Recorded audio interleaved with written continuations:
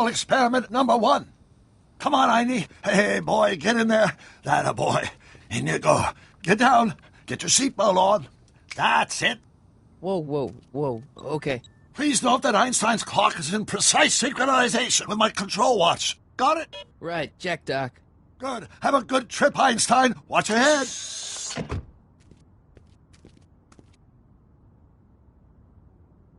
You got that thing hooked up to the... Yeah, okay. Got it.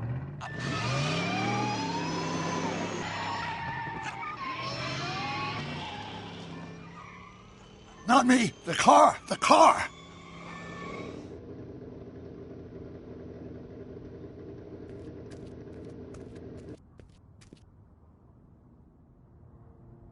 If my calculations are correct, when this baby hits 88 miles per hour, you're gonna see some serious shit.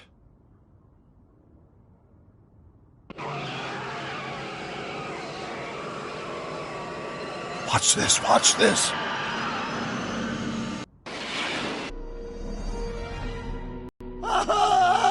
What did I tell you? 88 miles per hour! The temporal displacement occurred at exactly 1:20 a.m. and 0 seconds!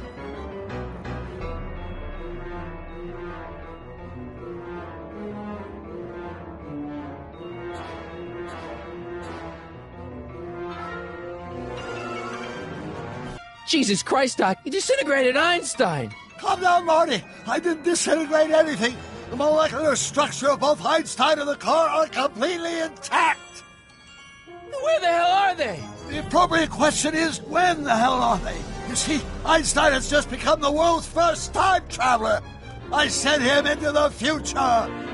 1 minute into the future, to be exact. And at precisely 1:21 a.m. and 0 seconds, we shall catch up with him and the time machine.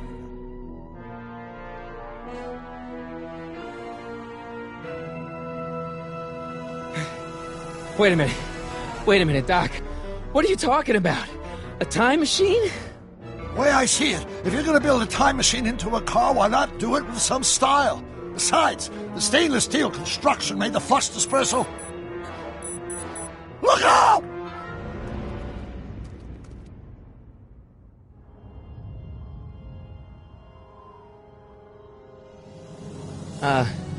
Doc? Huh, that's peculiar. Where's the car, Doc? It should have caught up with us 27 seconds ago. Doc, what happened to Einstein? No need for concern. It's probably just a minor miscalibration of the time circuits. Marty, could you get my notebook? It should be in the toolbox.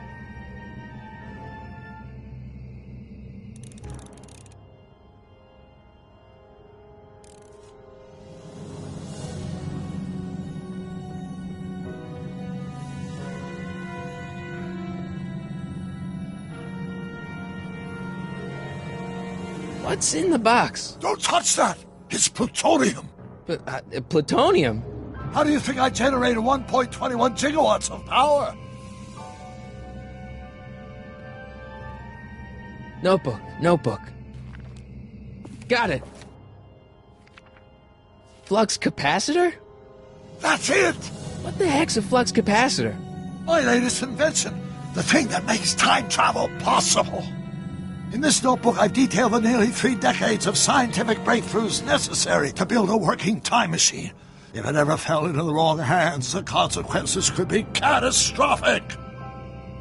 Let's see. It's mass equals I times Z, and E equals the square root of Z times C squared, and the flux dispersal rate is inversely proportional to the 4th root of N, carry the 9, then...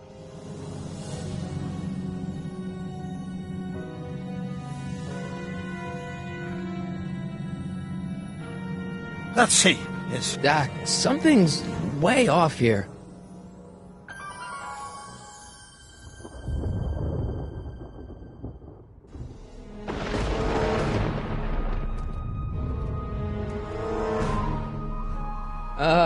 Doc?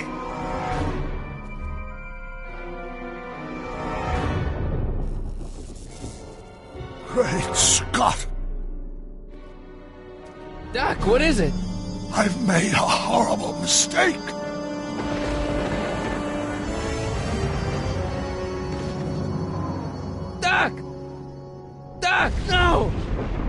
I'm sorry, Marty. Doc, come back! Doc! Doc!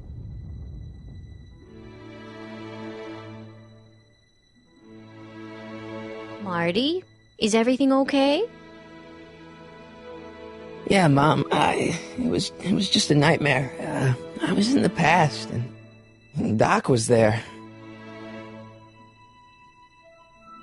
Well, you're safe and sound now, back in good old 1986. But you'd better get up. Your father's waiting for you. Huh? Weren't you going to meet him over at Doc's? Holy crap, I'm late!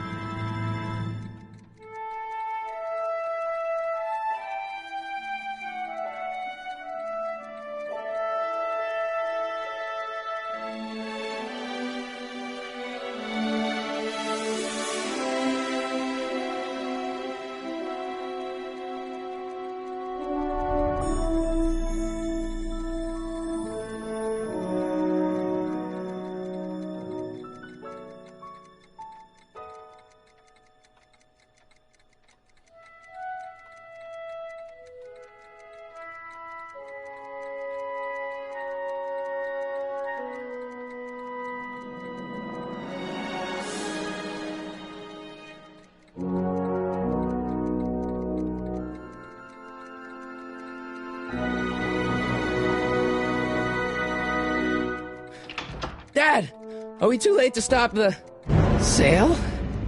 Better late than never. You wouldn't believe how much rare stuff there is back here. That's Doc's stuff. The city has no right to... Now, son, I know you're upset, but your friend's been gone for months, and the city really seems hell-bent on using his land for that new parking garage. And, hey, is that a first edition Jules Verne? It's just not fair. But at least things can't get any worse. Hey, Marty. Hi, Biff. Come to see if the old crackpot had any buried treasure? Nah, I guess I'm just... remembering.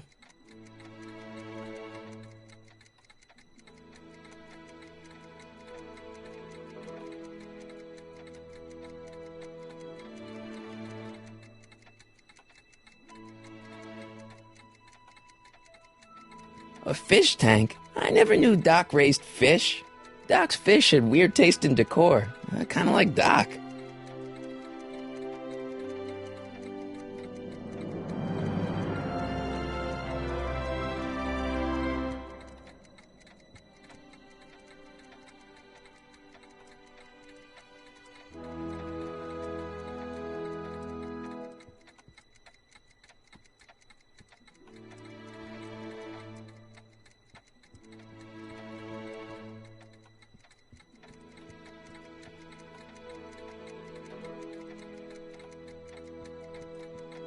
Does nature contrive it so that even with a time machine, you can intervene to prevent your own conception, for example?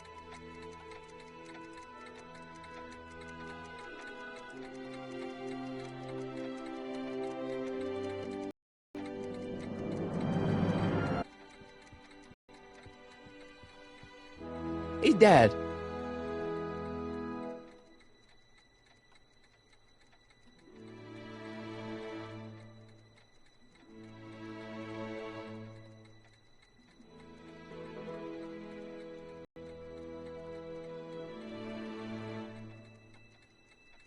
Who's running this sale anyway? Oh, that'd be me, son. You? Why? Well, once it became apparent that the bank was going through with the sale, I volunteered to oversee it in order to make sure that Doc's stuff would be treated with a modicum of respect. Isn't that right, Biff? You got it, Mr. McFly. I'm telling you, this sale is a joke. Doc's only been gone for a few months, and I happen to know... Yes, you've told us he's not dead. He's on a trip. Let's say you're right. Have you considered that this trip may not have been entirely voluntary? I hate to say it, but Doc's run up some pretty sizable debts around town. Maybe he's just hiding from his creditors.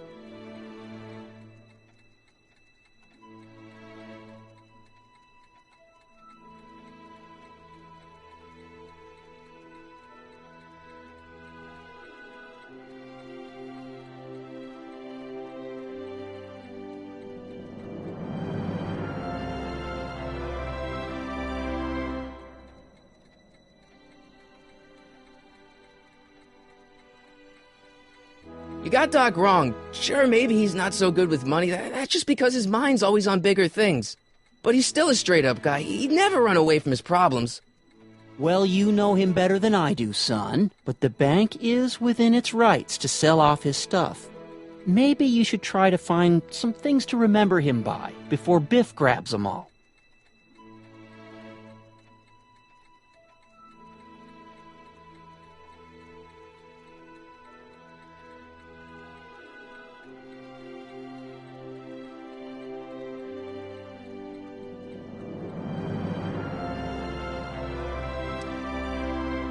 What's Biff doing here? He wasn't a friend of Doc's. It's a public sale, Marty. Everyone's allowed. Even Biff.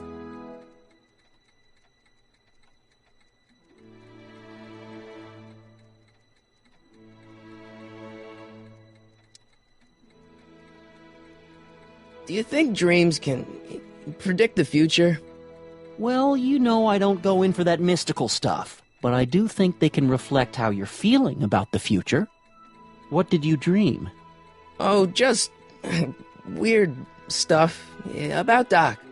Well, that's understandable, don't you think?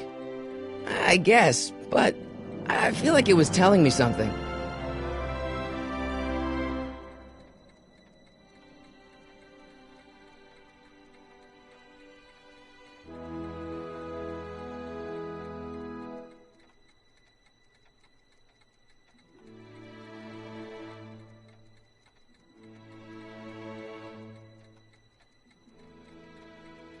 I'll keep looking around. Thanks, Dad.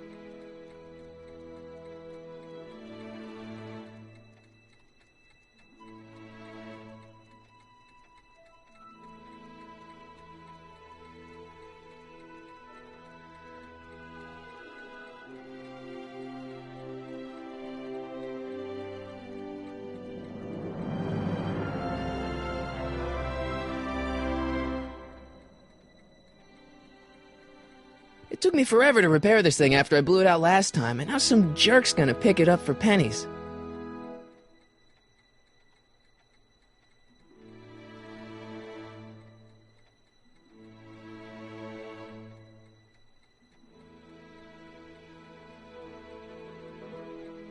Let's make some noise.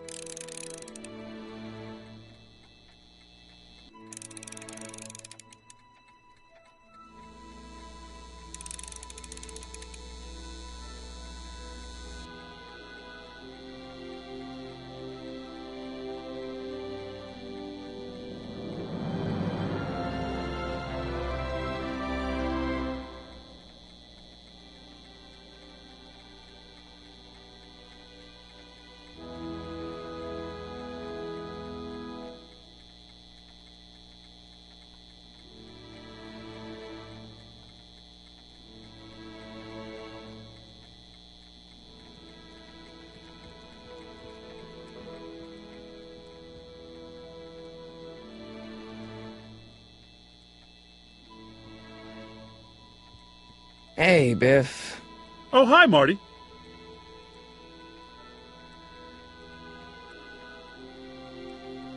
What are you doing here?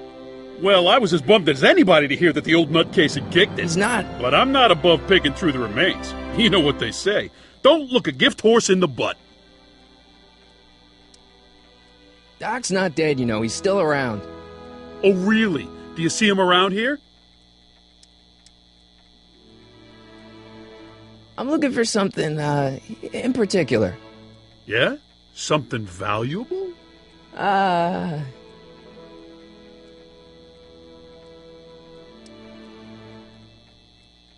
Never mind.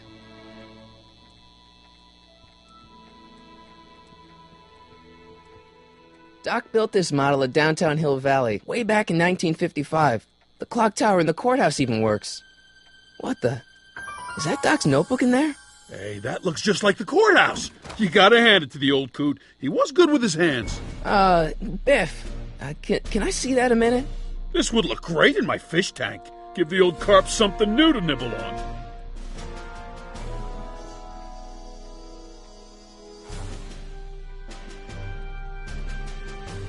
You know, you and my folks go way back. Yeah? So? So how about letting me have that model courthouse, for old time's sake? Give it here, Biff. Well, well, looky what we have here. Looks like plans for something.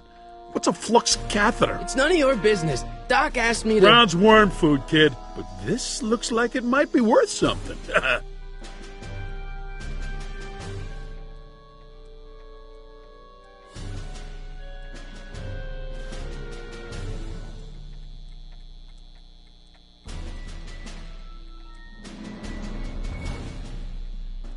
Seems kinda empty without the courthouse.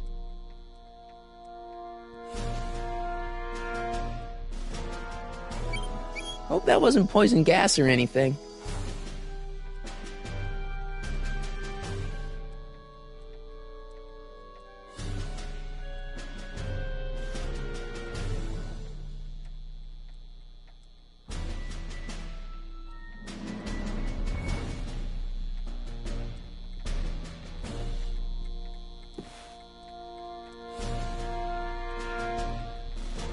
Looks like a hand-crank lightning rod, or maybe a lightning-powered pencil sharpener.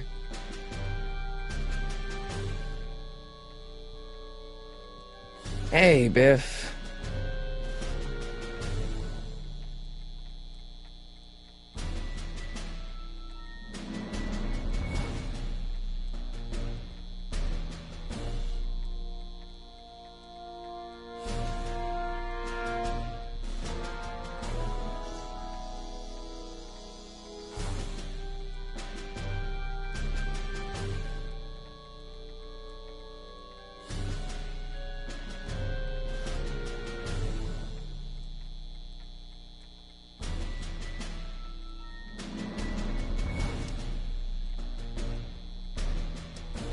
I only want that notebook because, well, I'm sentimental. It's like a piece of Doc.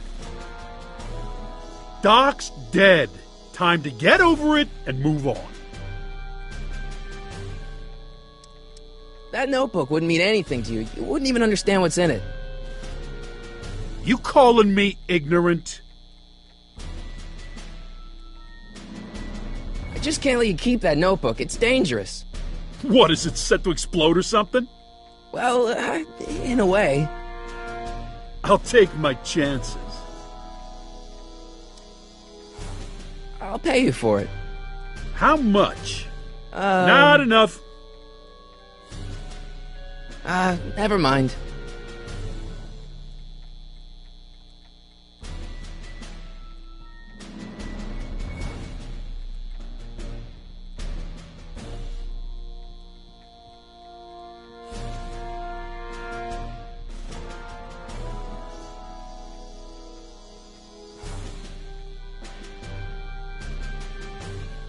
Hey, Biff. Never mind.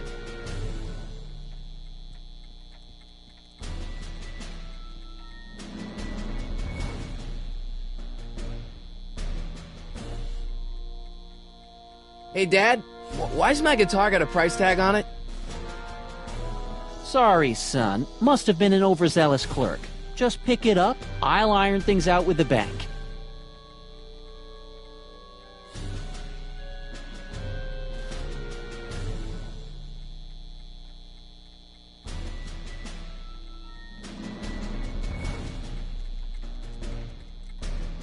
Wonder why Doc didn't take any of these with him.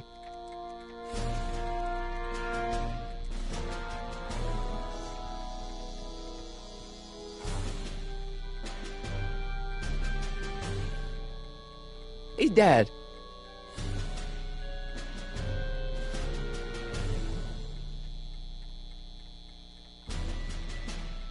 You got Doc wrong.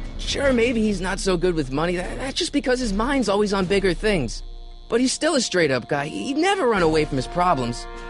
Well, you know him better than I do, son. But the bank is within its rights to sell off his stuff. Maybe you should try to find some things to remember him by before Biff grabs them all. Problem? Biff? He's got this thing, see, and I really need to get it back. If he stole something from you... No, it's one of Doc's notebooks. He found it first, but... Oh, well then I'm not sure what to tell you. I guess you'll just have to appeal to his better angels or something. Or something.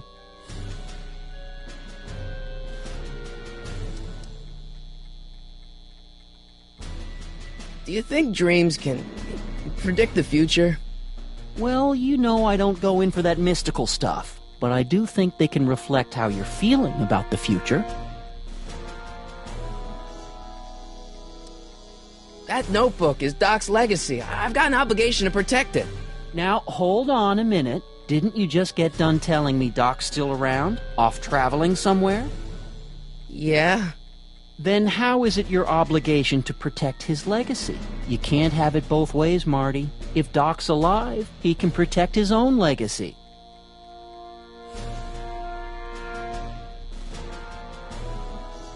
I'll keep looking around. Thanks, Dad.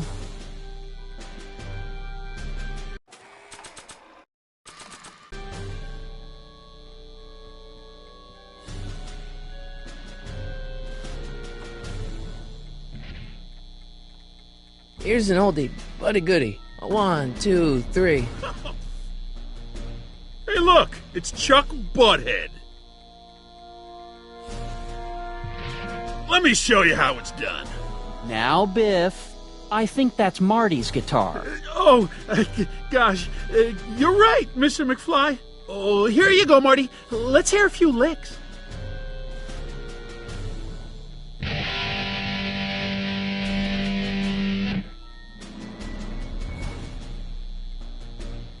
Man, you kids have ruined rock and roll.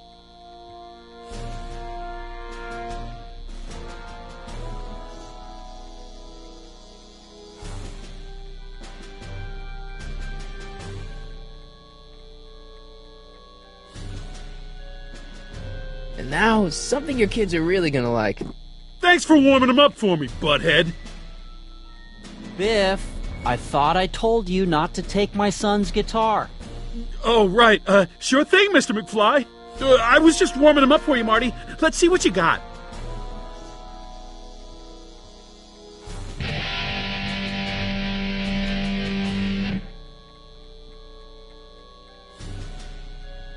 Man, you kids have ruined rock and roll.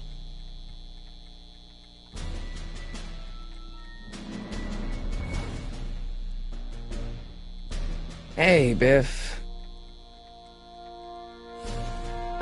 Never mind.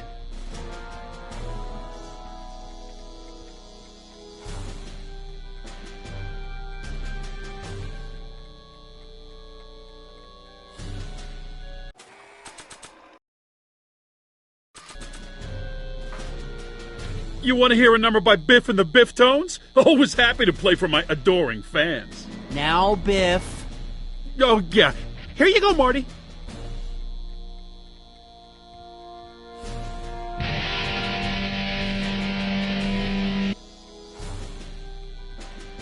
Man, you kids have ruined rock and roll. Now that is a dangerous amp.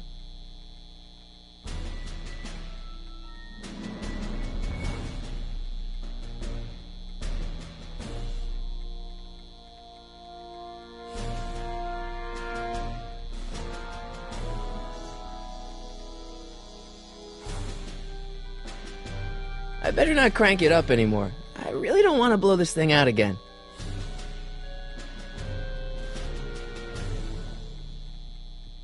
Hey, Dad.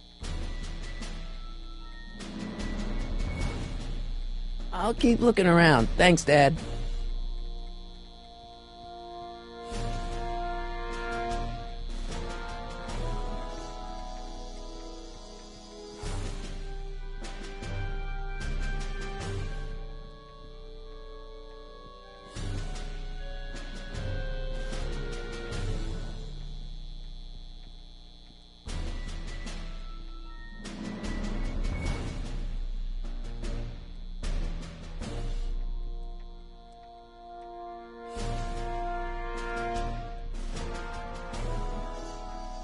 Feels like that was a lifetime ago. Actually, I guess it was.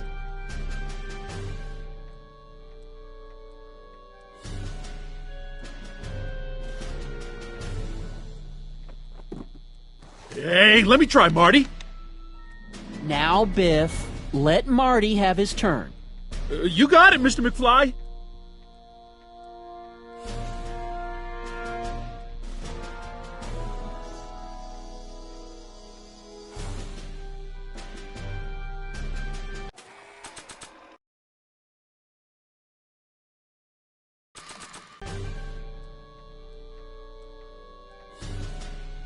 I don't want my picture of Dad like that.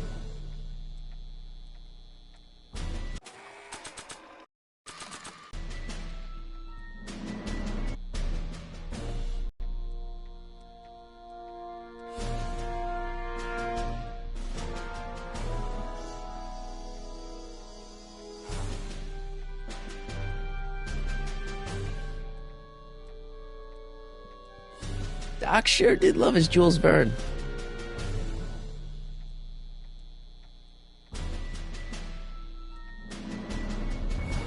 Doc must have whipped up some crazy compounds in that cauldron.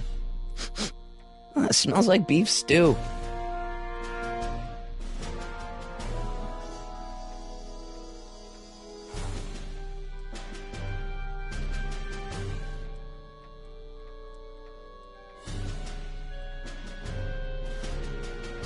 Seems kinda empty without the courthouse.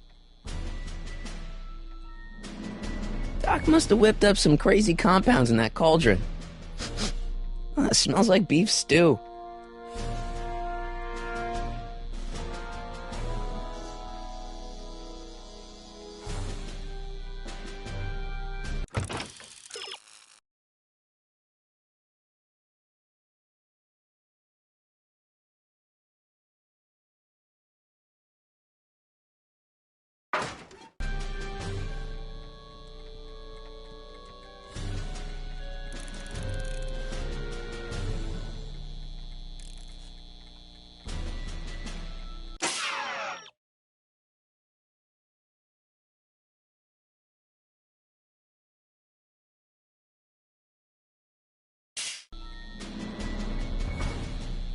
You want to hear a number by Biff and the Biff Tones? Always happy to play for my adoring fans. Now, Biff.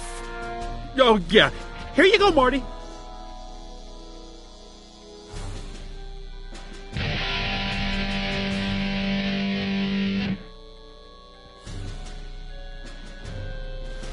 Man, you kids have ruined rock and roll.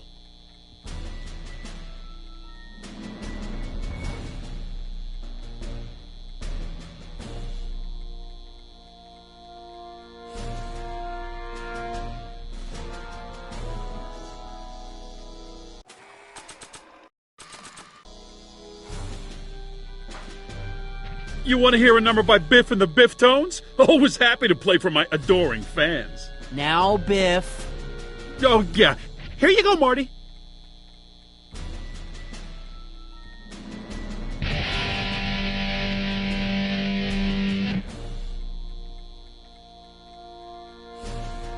Man, you kids have ruined rock and roll.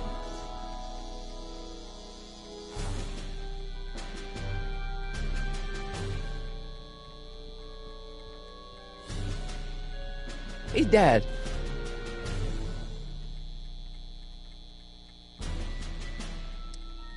About Biff. Dad, I know you're trying to help.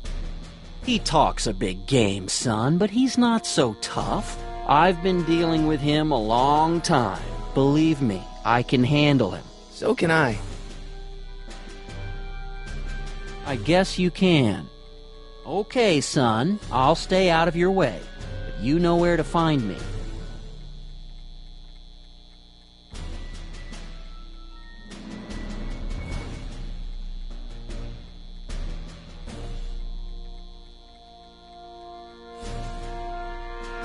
I'll keep looking around. Thanks, Dad.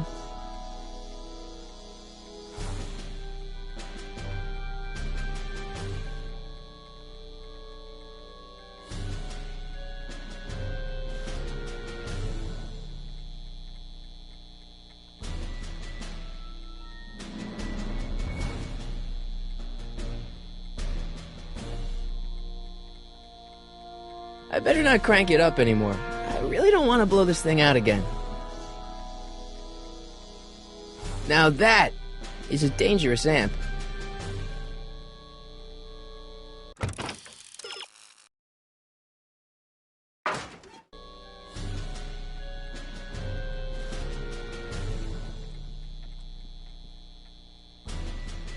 Hey, Biff.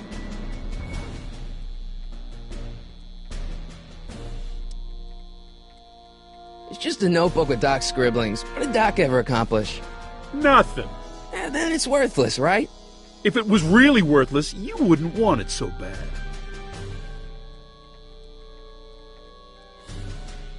I just can't let you keep that notebook. It's dangerous. What, is it set to explode or something? Well, in a way. I'll take my chances. I'll pay you for it. How much? Not enough. Never mind.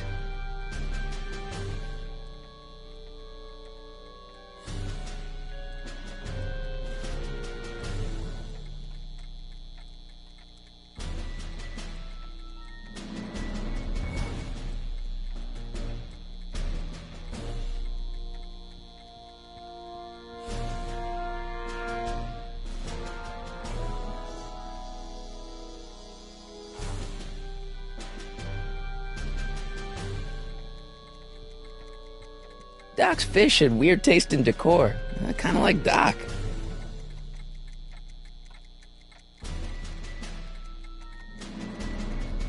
I miss Einstein.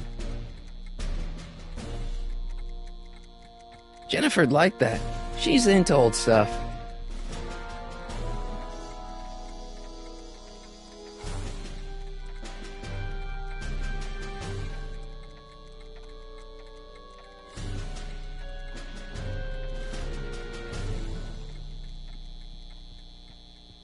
Hey, Dad.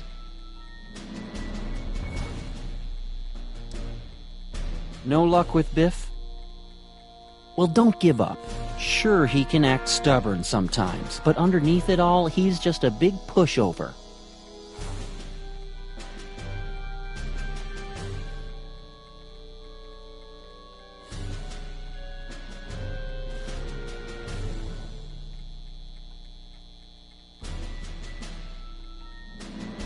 I'll keep looking around. Thanks, Dad.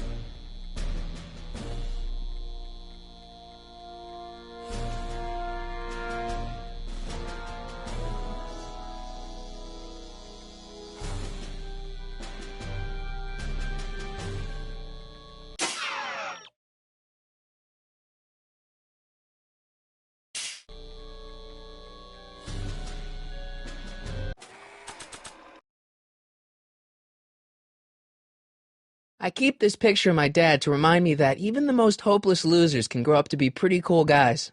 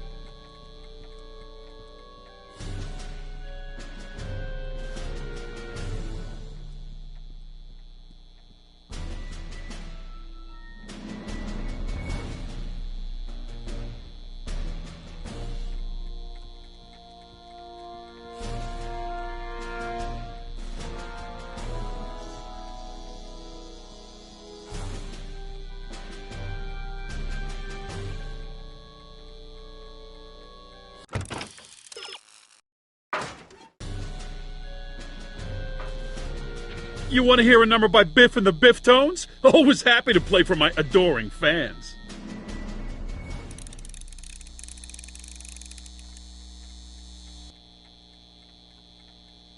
Now watch me blow the lid off this joint. Whatever you say.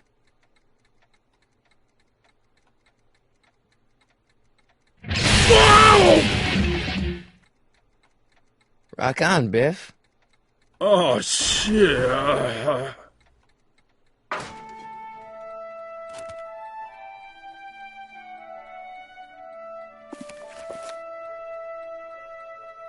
Doc, where are you?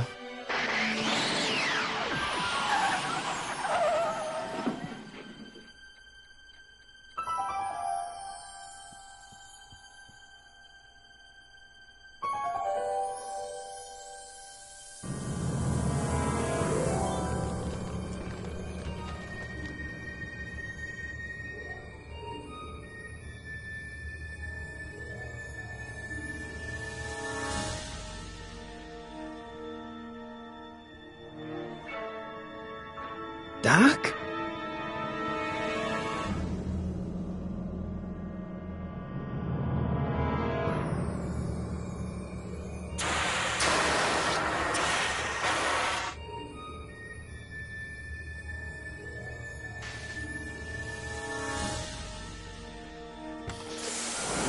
Einstein! Where do you come from, boy? Didn't you bring Doc with you?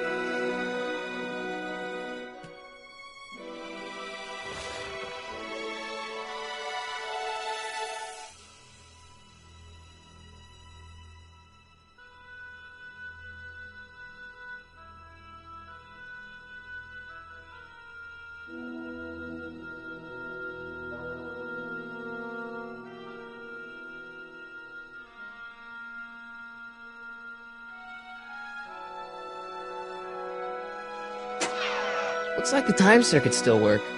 Now I only need to know when to look for Doc.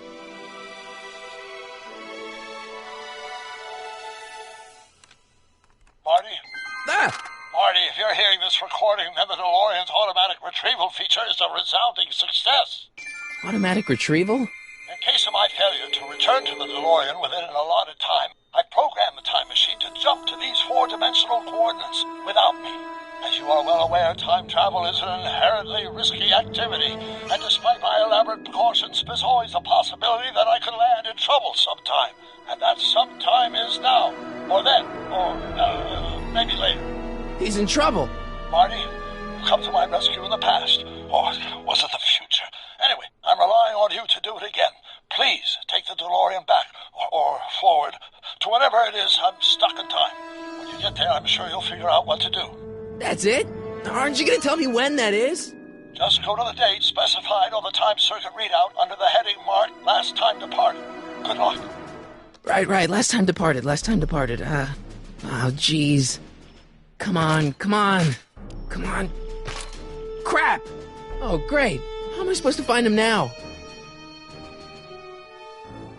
Okay, Doc, I know I haven't seen you in a few months, but I'm pretty sure this isn't your shoe.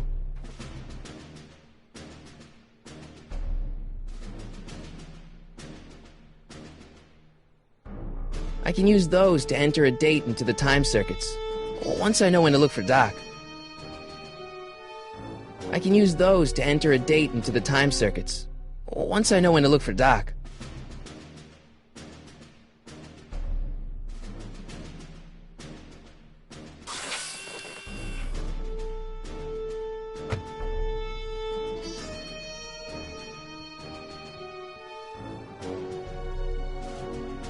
What kind of trouble is Doc in, Einie?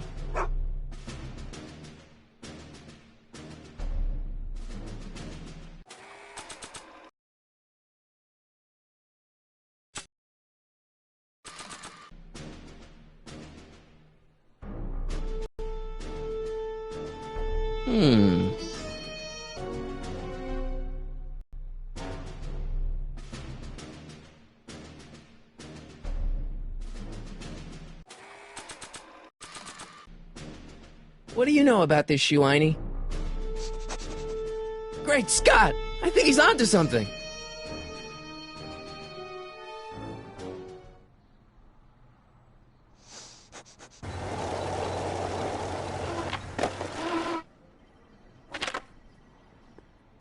Okay, now we're getting somewhere. How's this supposed to lead me to Doc, Einie?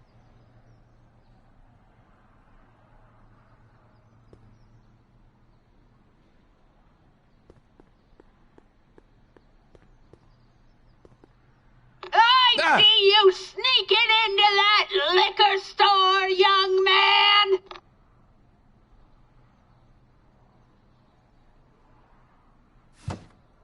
On second thought, I don't really want to go in there.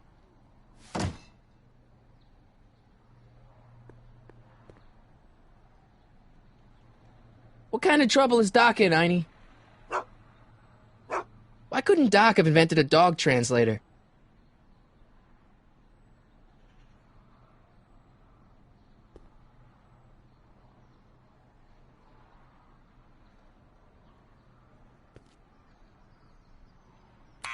Step away from the door! Ah!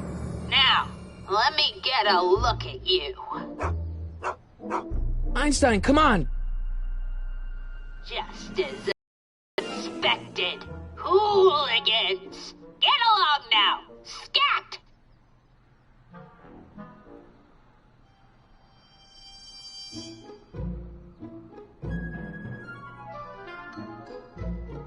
I'm not a hooligan, ma'am. I'm a teenager. I wasn't born yesterday, young man. Aren't you the miscreant who skateboards through the town square every morning between 8 and 8:30 in a decidedly unpunctual manner? Yeah?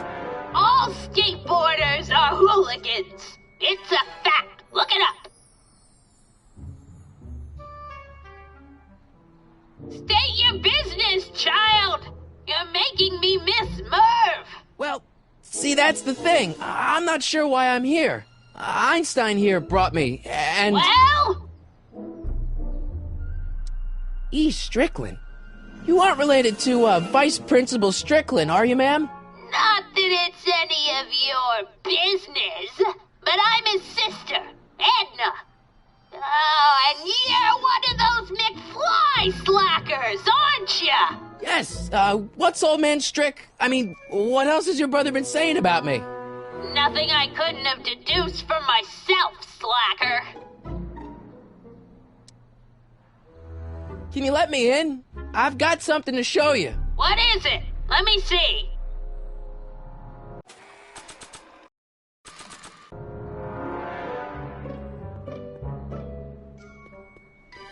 Nah, I don't think so. Maybe not. Not sure what that...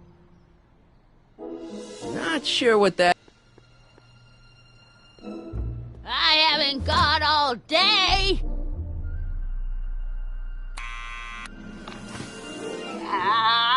You're trying my patience, young man.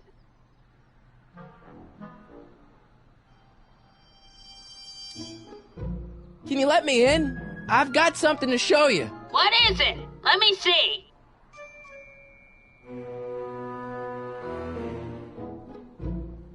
Not sure what that...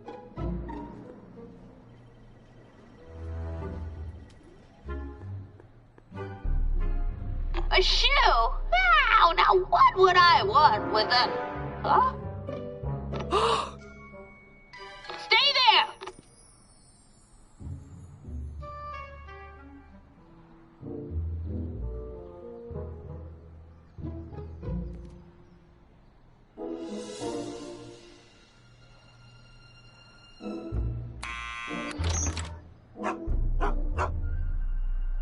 Leave that creature outside!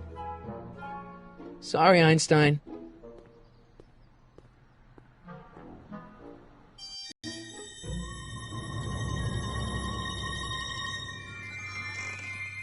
Well, took you long enough. There's a lot of stairs. To return the shoe, I mean. I lost it ages ago. You can put it down next to the other one. Much better. So neat and orderly.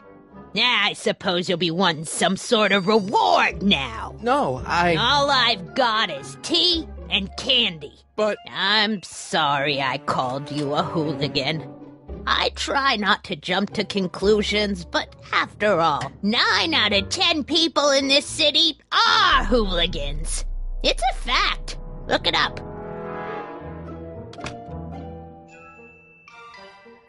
Have a seat, Sonny.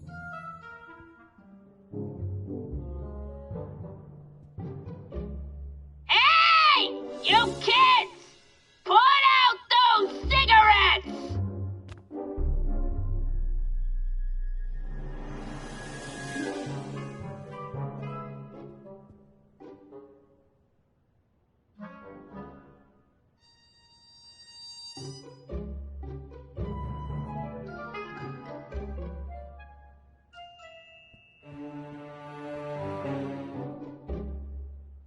What are these? My editorial trophies. Cat Lovers Quarterly. It's legitimate journalism.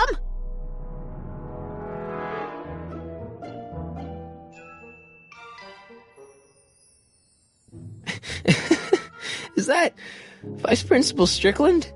Mother never could keep little Gerald out of her clothes.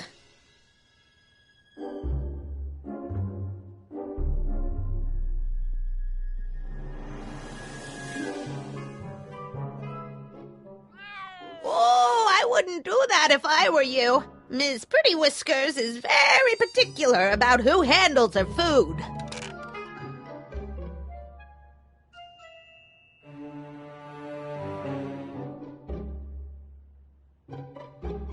Don't touch those! My newspapers are in pristine condition and meticulously organized. Not about to let some street punk get jam all over them.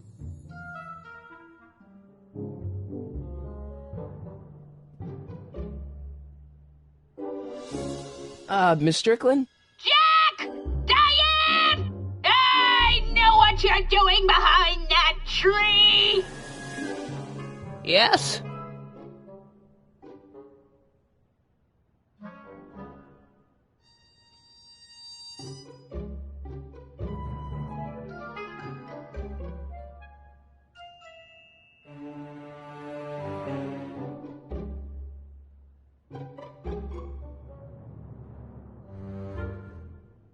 Do you remember when you lost your shoe?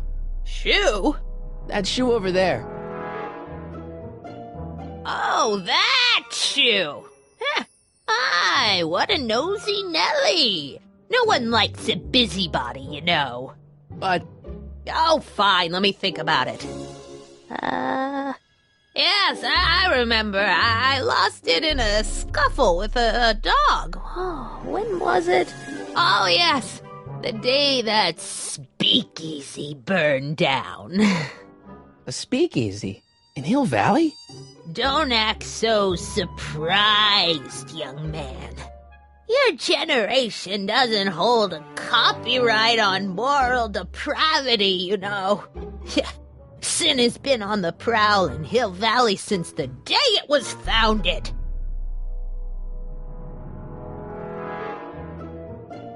Wow, a speakeasy. That must have been wild. Is it true they used to drink gin out of slippers like my grandma said? Don't romanticize the past, young man. Prohibition was a time when gangsters ruled the town while honest citizens quaked in their beds.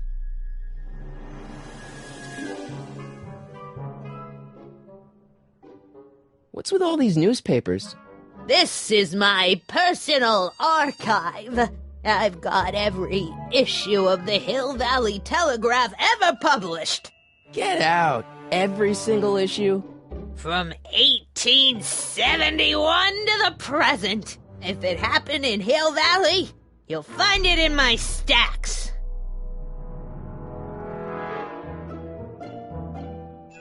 Doing some stargazing? No, I set my sights on lower things. Is that? Lieutenant! Get away from that hubcap before I call your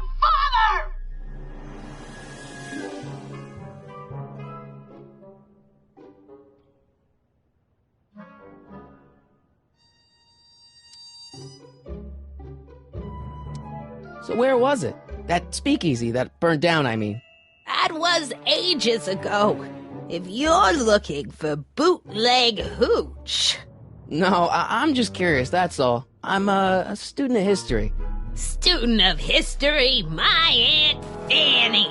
Yeah, your generation of hooligans and slackers could give two ripe figs about history. Miss Strickland? Oh, video store! Huh? The speakeasy used to be hidden in plain sight down there in the town square. Right where that disgusting videotape rental store squats today. So the video store building must have gone up after the speakeasy burned down. The following year, as I recall. I guess somewhere in these stacks there must be an article about the speakeasy burning down. Naturally. I probably wrote it myself. I was quite a reporter back in the day. Any idea what date that article came out? Well, obviously the day after the speakeasy burned down. Don't let me keep you from your business. You there! Don't even think about tossing that Kleenex on the ground! Mind if I take a look? Go ahead, dear.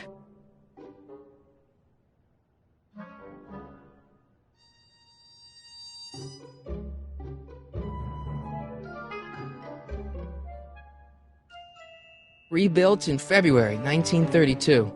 So the fire must have happened before then. But when? I need a date. Don't look at me. I'm far too old for you.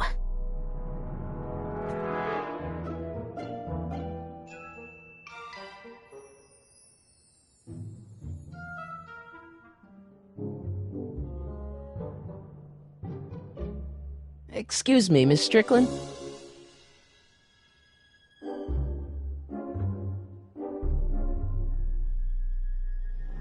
Don't let me keep you from your business.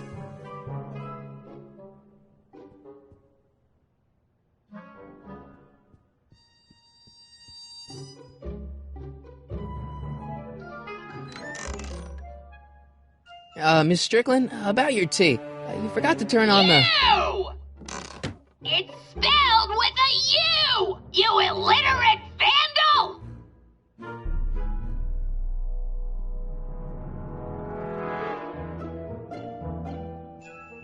Miss Strickland lost that shoe on the day the speakeasy burned down, and I know that was sometime in 1932, but I've got to get more specific than that if I'm gonna find Doc.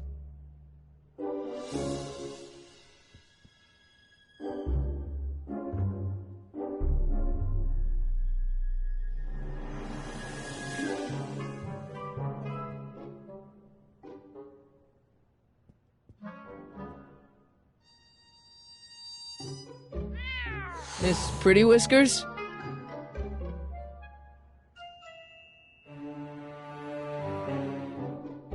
Oh, the candy looks older than I am.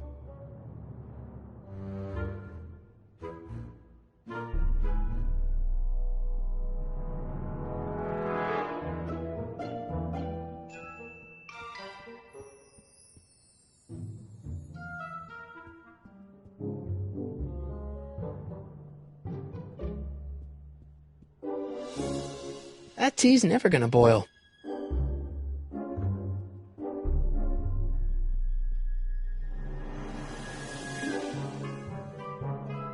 Man, she keeps it hot in here. That's the kettle. I'll be right back with some tea. Then don't touch anything.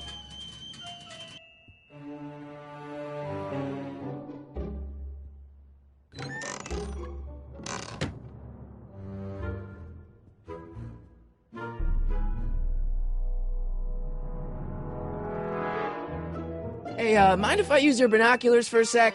Go ahead, dear.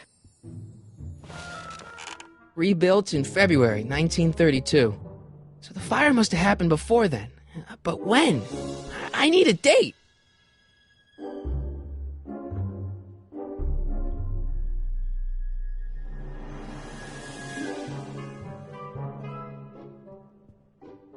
The candy looks older than I am. The candy looks older than I am.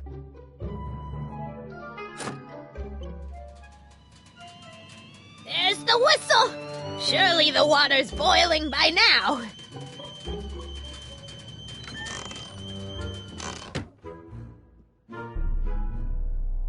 Let's see.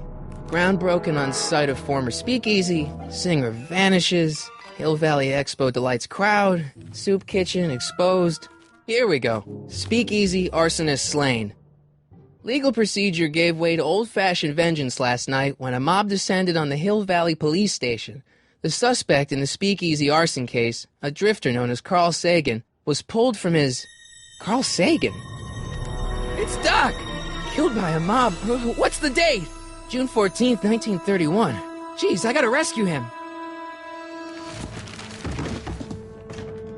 My newspapers! Sorry, Miss Strickland. Let me... No! You've gotten my history out of order! Oh, do you know how long it'll take to fix what you've done?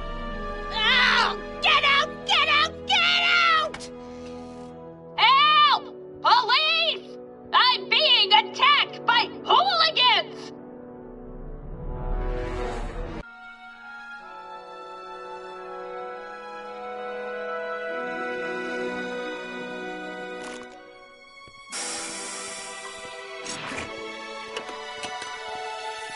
Marty! Where you been, son? And what are you doing in that getup?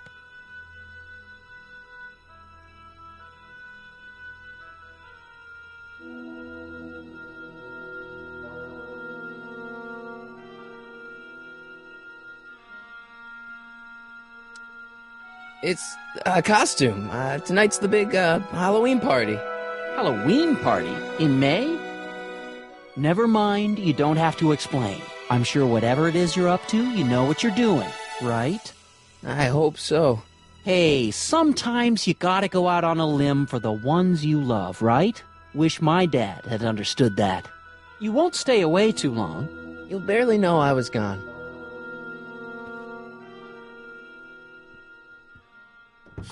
You ready to go, Einstein?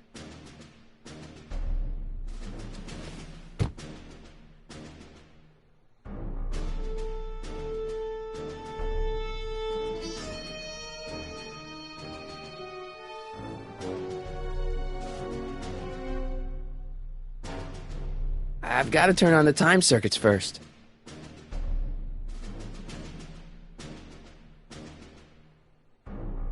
I've got to turn on the time circuits first.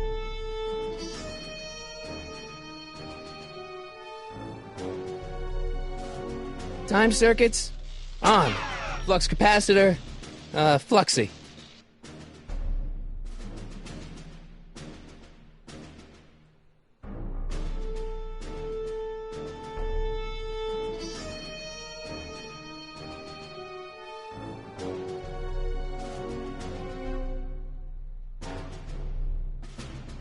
Okay, if Doc's gonna get killed on June 14th, 1931, I'll just show up the day before and get him out. I hope you know what you're doing, Doc.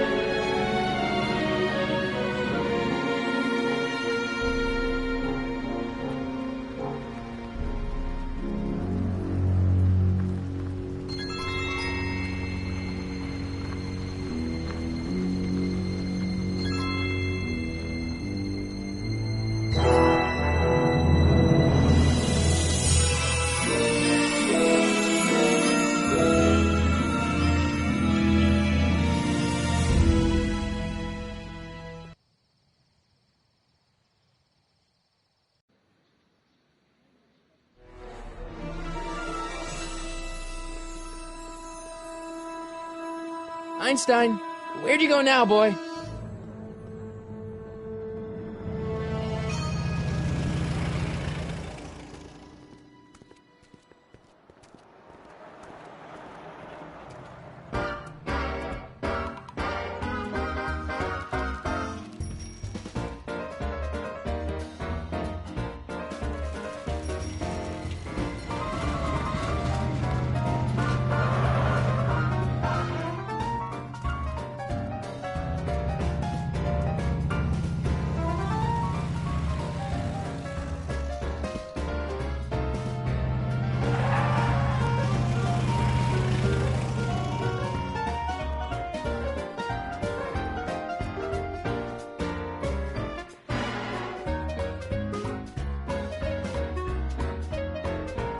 Young man! Excuse me, young man! Who, me? You're the only man in the street, and I'm looking for a man-in-the-street reaction. Naturally, you know about the explosion that destroyed this illegal gin establishment. I read about it, yeah. What's your opinion of Carl Sagan, the stranger who single-handedly did what the law has been unable to do for 10 long years, namely, rid Hill Valley of the scourge of liquor?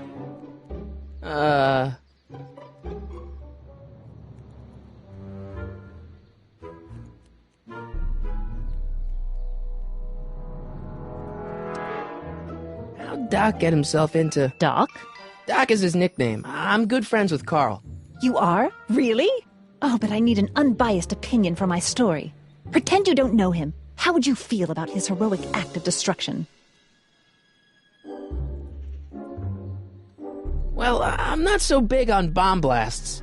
Yes, but this bomb blasted a speakeasy, the very symbol of lawlessness and corruption. You're all for cleaning up the town, aren't you? Do you have a message for the vicious gangsters who still roam these streets, no doubt plotting to corrupt our citizens with another den of booze, sin, and debauchery? Ask him where I can get the address.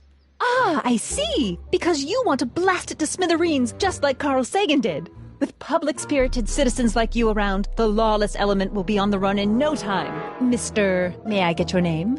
Yeah, it's...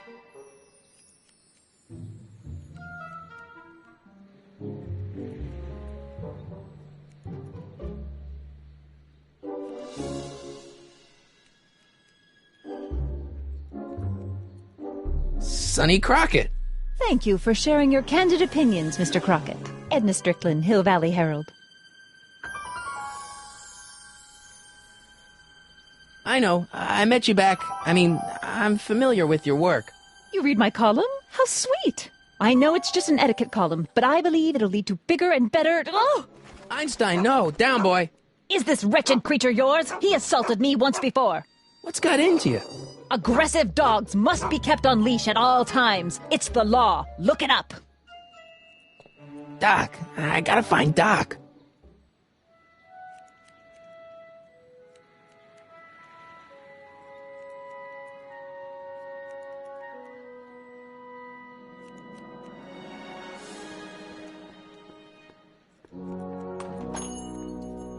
Hey, can I get some moose? What does this look like, a hunting lodge?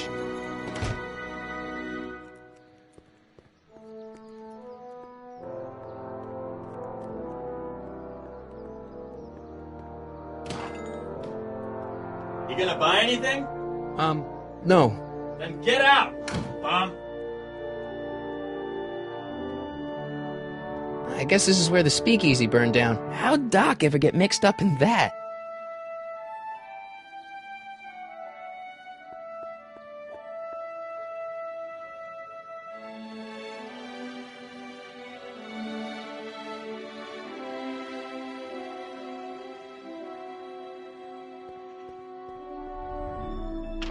Hello? No solicitors!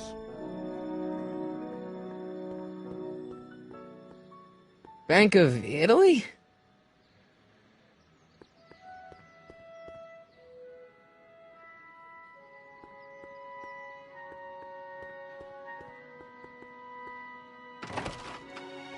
How can I help you, sir?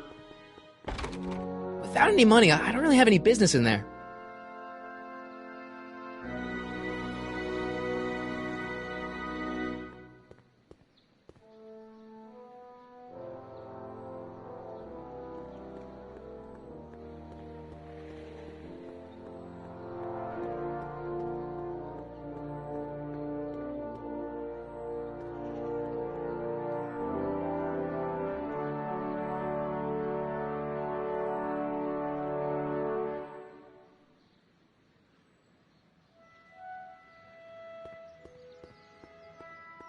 Lamont's House of Ermine. I guess there's not much call for fur coats in the middle of the Depression, especially in June.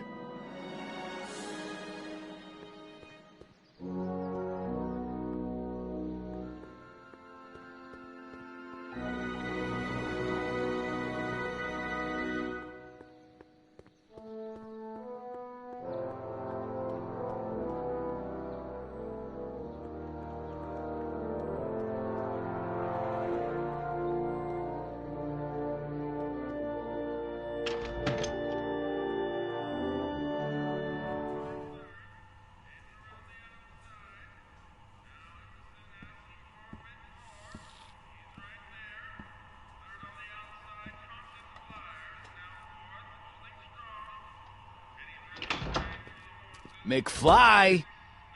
Biff? Kid! Grandpa? That's Mr. Tannen to you, Artie. What are you doing out here?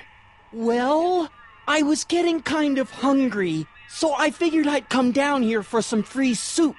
Just thought I'd come down for some soup. Think, McFly. The DA's throwing around subpoenas like Babe Ruth. I don't think Ruth's a pitcher anymore. Shut it! If one of those subpoenas landed in the hands of my number cruncher, I'd be in a whole lot of trouble. I could even get sent up the river. You wouldn't want that, would you? Would you? No, of course not, kid. All right, that's better. What are you looking at? Keep your eyes on the soup, kid. Well, here. Sorry, kid. I'll just run back to the safe house. You do that. And McFly, Yes? that hat's too flashy. You better let me hold on to it. Now scram! You got it, boss. And don't come out until I give you the all clear. I swear, if even one of you mooks could add 2 + 2 without your fingers, I'd dump that wimp into the lake. Hey! Anyway, I'm off to make myself irresistible. Don't let anyone burn down the shop while I'm gone.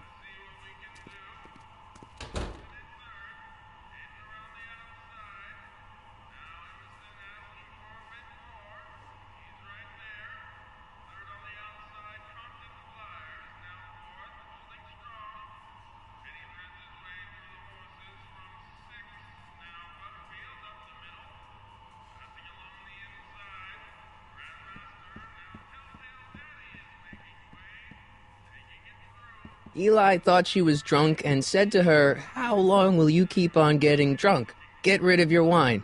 Eli should mind his own business.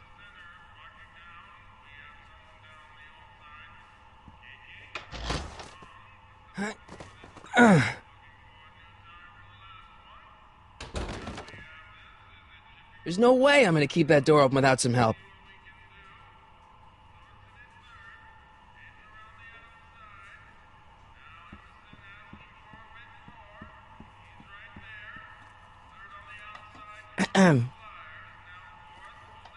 Okay. Hey, never mind.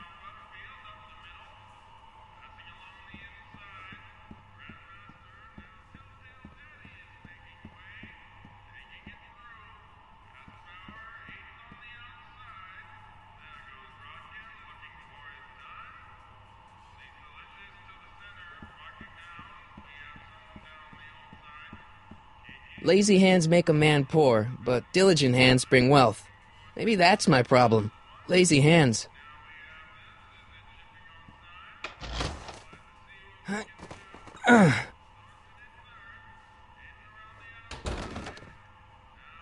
There's no way I'm gonna keep that door open without some help.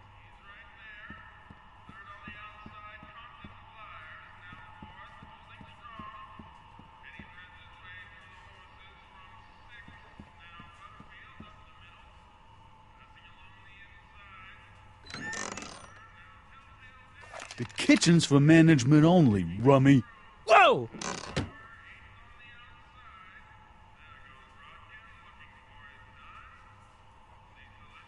Nice rack. Yeah, we got all kinds of culinary enhancements back there.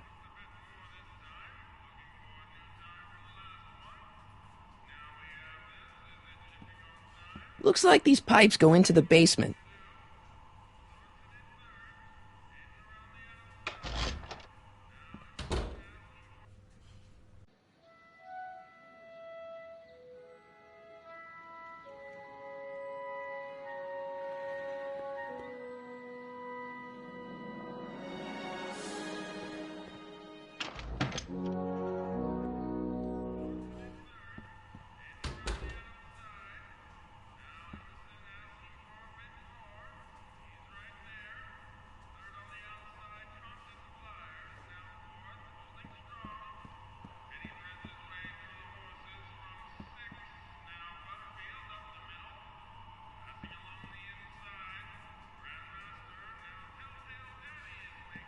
What are those tables for?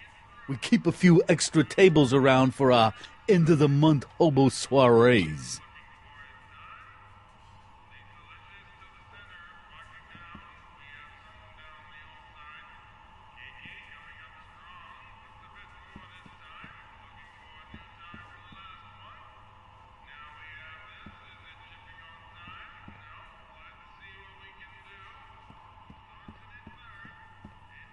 Maybe I should go to the jail and talk to Doc before I start dialing random people in 1931.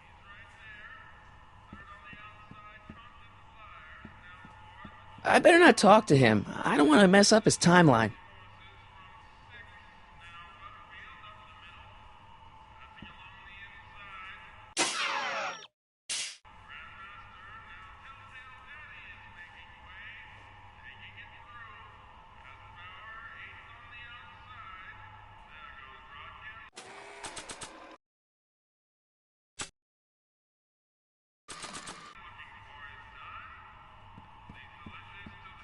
I don't want to record them right now.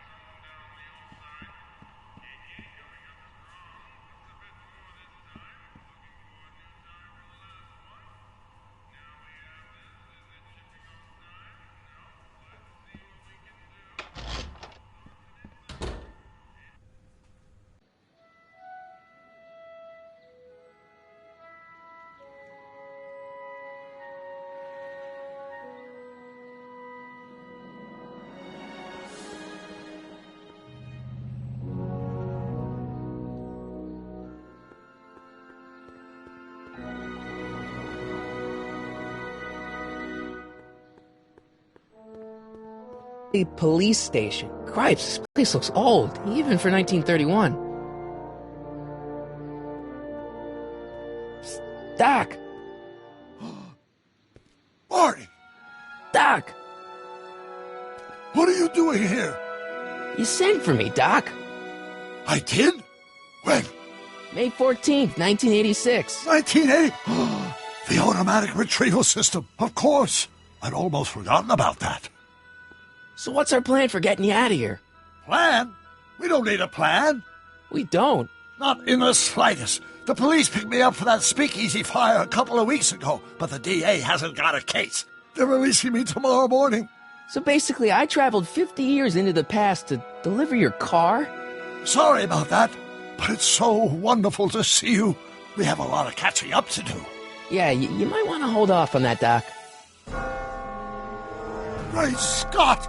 I'm going to be gunned down by gangsters on the steps of the courthouse. Why would they do that? Guess they didn't approve of my burning down their speakeasy. Very funny, Doc. Maybe now we should come up with a plan? A plan? Right. But what? Why don't we tell the authorities? Tell them what? That my friend from the future has proof that I'll be murdered tomorrow? They'd ship us both off to the loony bin. And trust me, you don't want to see the inside of a 1931 insane asylum.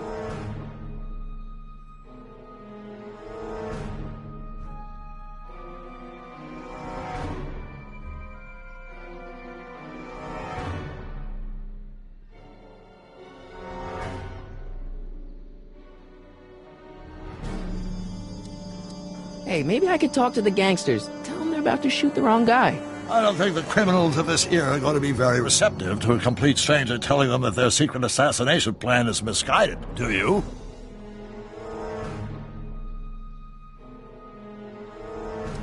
Why don't we try to tough it out? Now that we know what's coming, maybe we sneak it past the gangsters with a bulletproof vest or something. That might work with 1 or 2 bullets, but from the looks of this article, it appears that I'm going to be mowed down in a hail of Tommy gun fire that rendered the innocent stranger little more than a pulpy mass of bones and gristle. Who writes like that? According to the byline, one Edna Strickland. I should have guessed. Why don't I take the DeLorean, go back in time before you were arrested, and stop you from getting caught in the first place? Don't even think about it. Without my unjust incarceration, the events that sent you into the past might never happen, resulting in a paradox of continuum-shattering proportions. Jeez, we've been back together for 5 minutes, Doc, and you're already talking about the end of the universe. I've missed that. Don't be ridiculous, Marty. I was only referring to the end of the universe as we know it.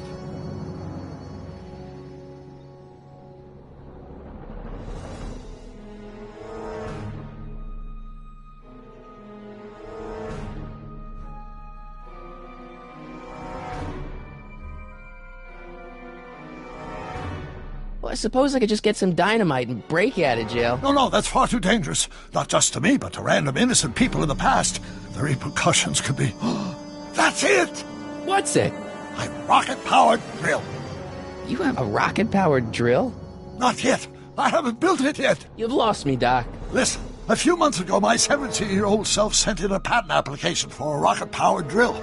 I abandoned the project after I never heard back from the patent office, but the prototype should be nearly complete. Great, I'll just run back to your lab and... No, I said nearly complete. You'll need me to help you finish it.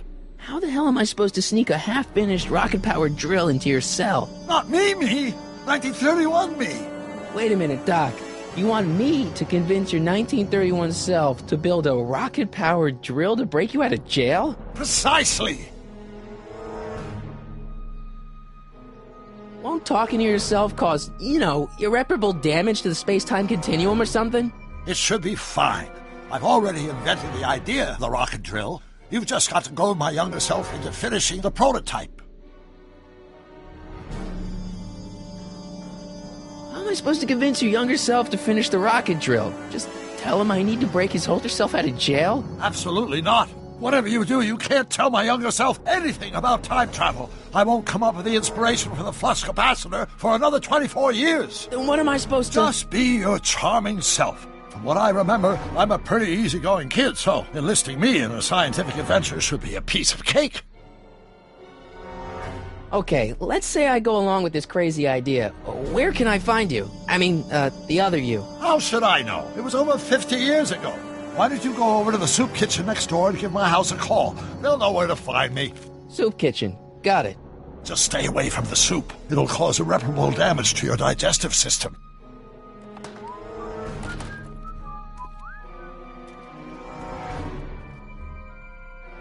I guess I better get started. Don't worry, Doc. I'll get you out of here in no time. I'm not worried. Once you and my younger self put your heads together, you'll be unstoppable.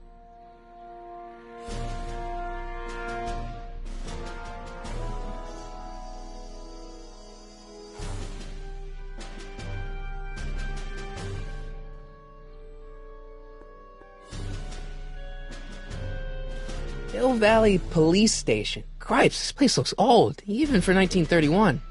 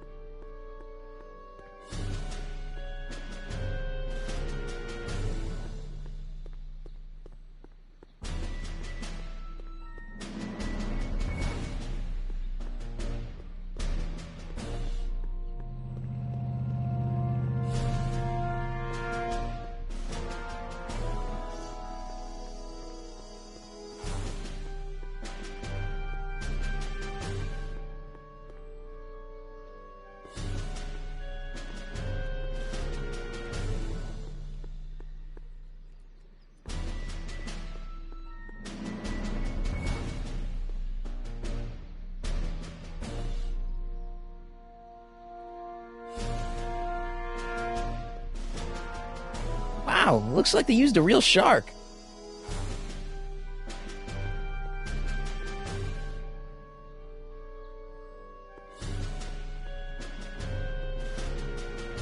I'm not so sure I want to stay in a place that welcomes transients.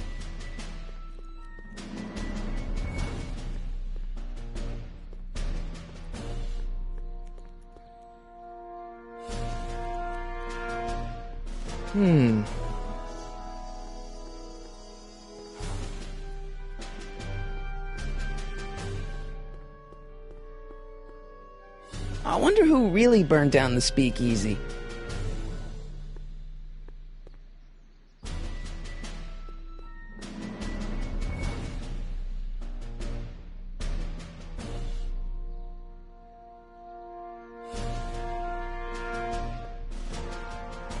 Gale, Zemeckis, and Fine. Attorneys at law. No solution.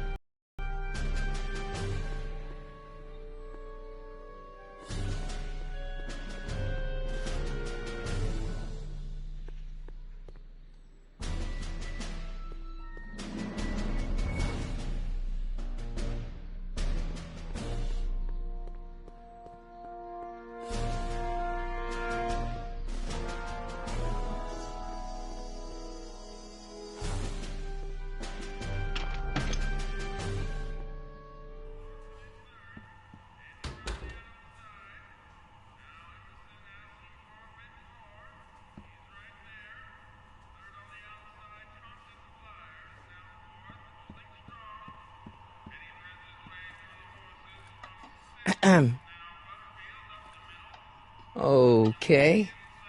Hey, never mind.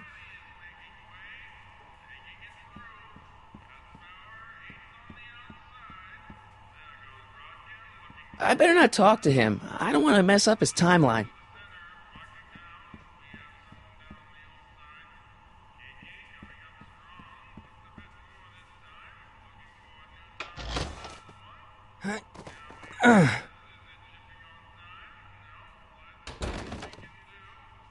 There's no way I'm gonna keep that door open without some help.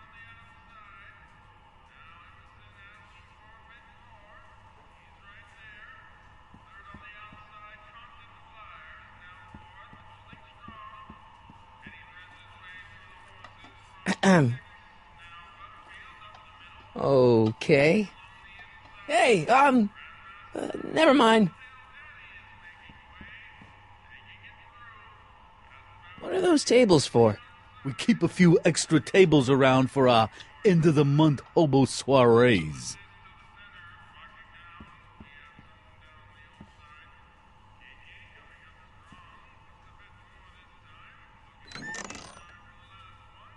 The kitchen's for management only, rummy. Whoa!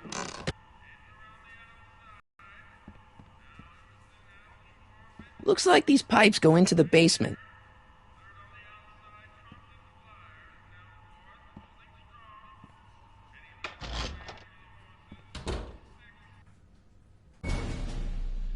Guess I better go to that soup kitchen and call Doc's house.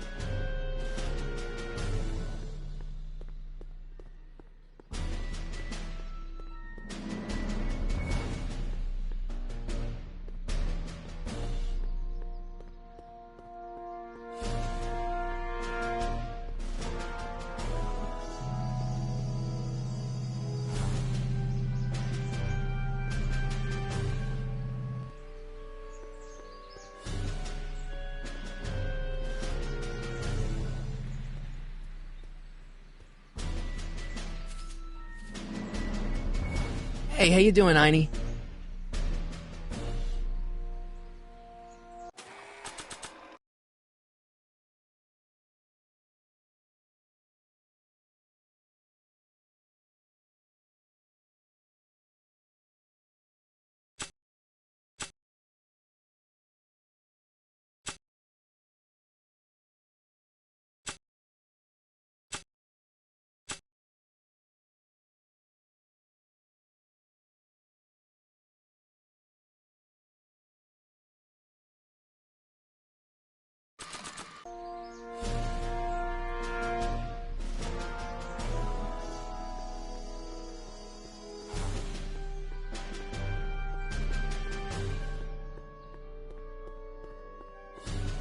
Emmett might be in there, but I should head over to the soup kitchen and call the Browns to make sure.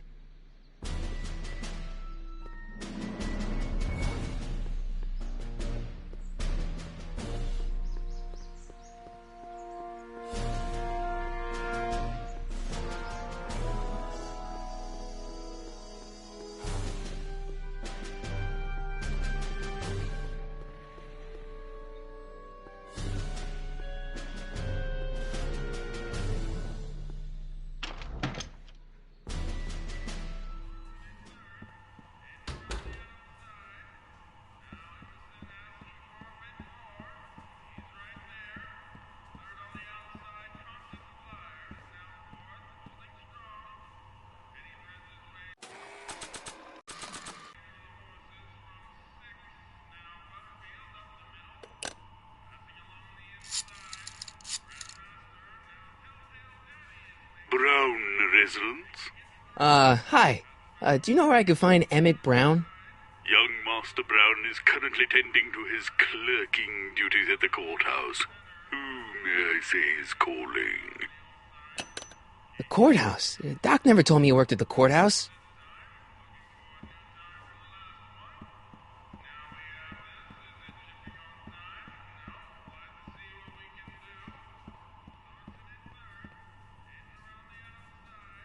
Not sure what that... Not sure what that... Not sure what that... Not sure what that...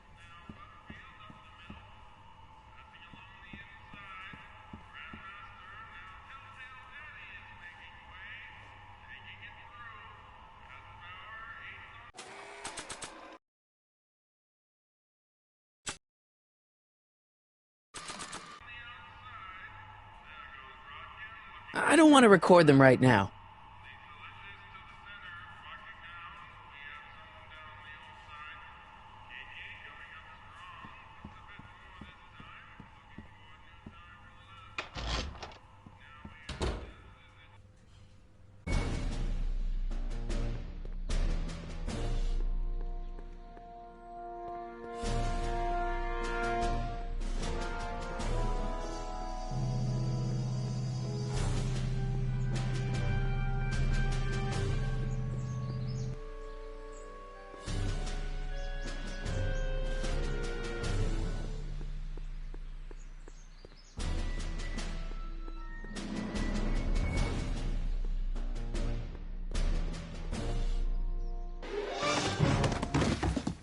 Touch those! These are very sensitive legal documents. Nobody is supposed to handle them but sworn officers of the court. Judge Brown says so.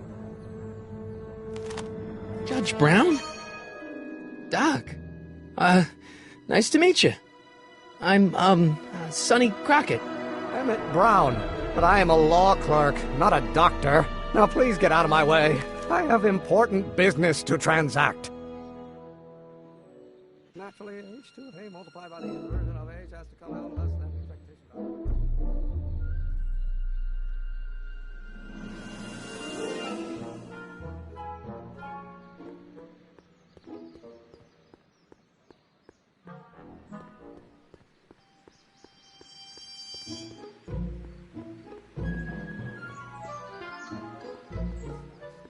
But how many newtons are required to maintain a constant mass of acceleration is reduced by the inverse derivative of the speed relative to the speed of light. Which brings us back to H. Listen, Emmett, you don't know me, but I'm your friend. I'm not big on friends. They get in the way of work. What's this important business you're up to? It's a legal matter. Very complicated, very abstruse. I need to obtain 5 sets of initials on every copy of this writ of indemnification before before Judge Brown can even think of granting a waiver to the party of the first part. You have no idea what it's about, do you? That's how important it is. So, Emmett, what time are you through with work? Depends. On weeknights, Pop sometimes keeps me in the office till 9. 9 at night? But today's Saturday. Right. So I probably won't get off before 10.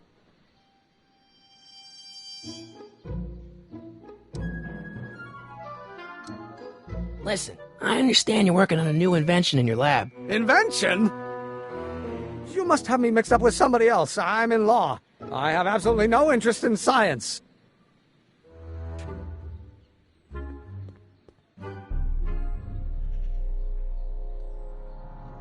Gale, Zemeckis, and Fine. Attorneys at law. No solicitors.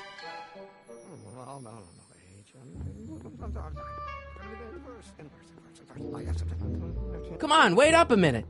You again? Can't you see I'm busy?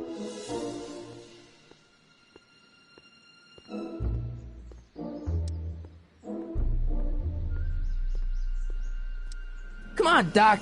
Emmett, drop the Legal Eagle Act. I got something more important for you to do. Mr. Crockett, I'll have you know that the law is the very mortar that holds society together, and we in the legal profession are like brick masons building the edifice of the future. Your dad tell you that? Every morning.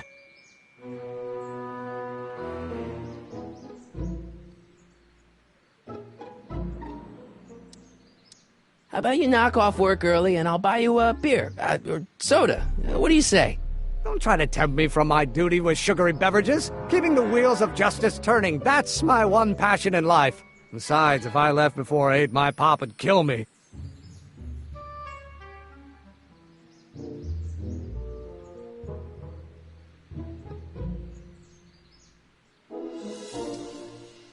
Sounds like you're a little scared of your father. Scared of my father? Pop is the most learned, just, incorruptible judge that Hill Valley has ever seen. The only people scared of Judge Brown are people with a dark secret to hide. And I don't have a dark secret to hide. Okay, so you don't want your old man to know. That's fine. Listen, we all keep secrets. But I'm telling you, you can level with me about this science project of yours. I am not a scientist. Go ahead, ask me what E equals. What does E equal? I have absolutely no idea. See? I don't know where you got your information from about me, mister, but you're wrong, wrong, wrong! Or do we take H to stand for three-dimensional?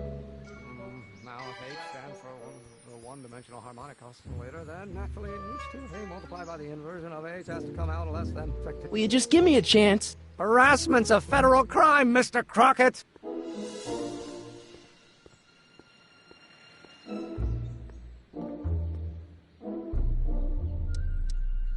See, I'm sort of in the science business myself. That's why I sought you out. Not that I care in the least, because science is the furthest thing from my own area of interest, which is law, but I don't believe you. It's true. I'm a scientist. So tell me something, Mr. Scientist, from your vast storehouse of scientific knowledge. The leg bone's connected to the thigh bone? Amazing. Come on, you could trust me, Doc. Emmett, it's your future I'm looking out for, in more ways than one. What are you talking about? I'm talking about you and science. Oh, that word again! If you insinuate I'm a scientist once more, I'll sue you for defamation of character!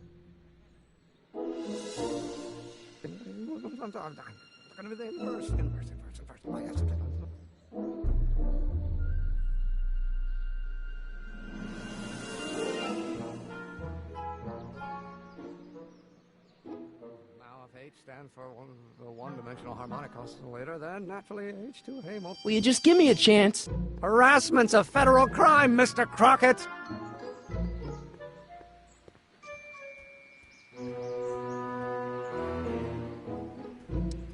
Emmett, about your... Don't say it! Or do we take H to stand for the Hermitian line operator? But in that case, H to the A multiplied by the inverse of A. Will you just give me a chance? Harassment's a federal crime, Mr. Crockett!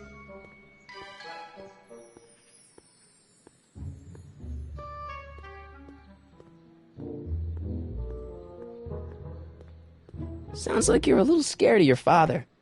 Scared of my father? Pop is the most learned, just, incorruptible judge that Hill Valley has ever seen. The only people scared of Judge Brown are people with a dark secret to hide. And I don't have a dark secret to hide.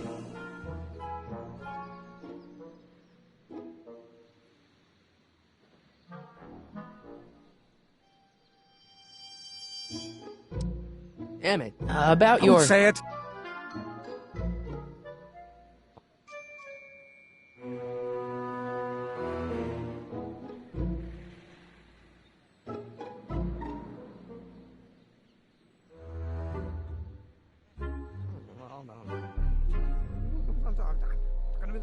Inverse.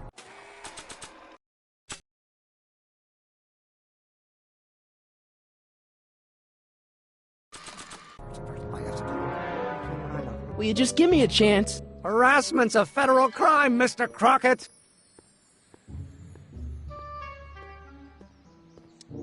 Emmett, about your... Don't say it. Or do we take H as the linear line operator? But in that case, H to the A multiplied by the inverse of A by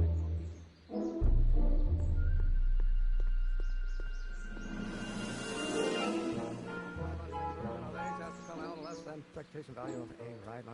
What am I missing here? Oh, no, H.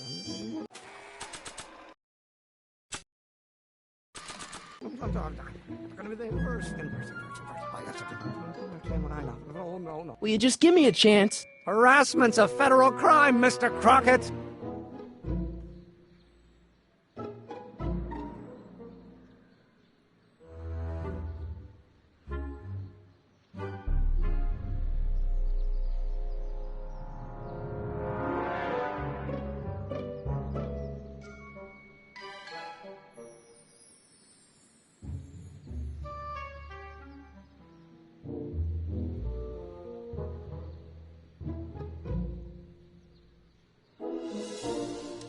Emmett, about your... Don't say it.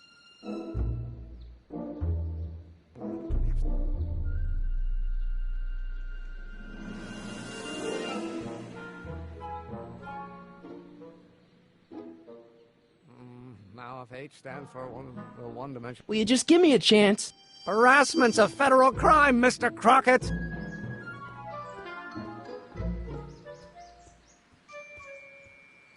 Sounds like you're a little scared of your father. Scared of my father? Pop is the most learned, just, incorruptible judge that Hill Valley has ever seen. The only people scared of Judge Brown are people with a dark secret to hide. And I don't have a dark secret to hide.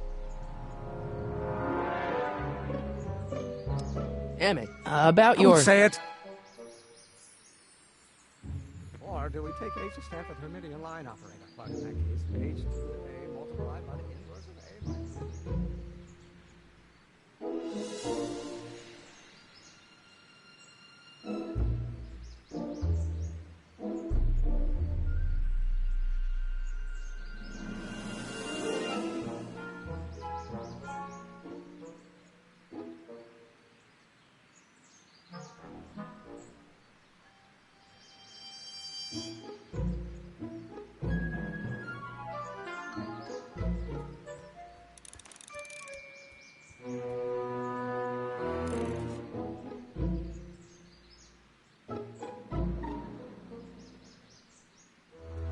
I don't want to record them right now.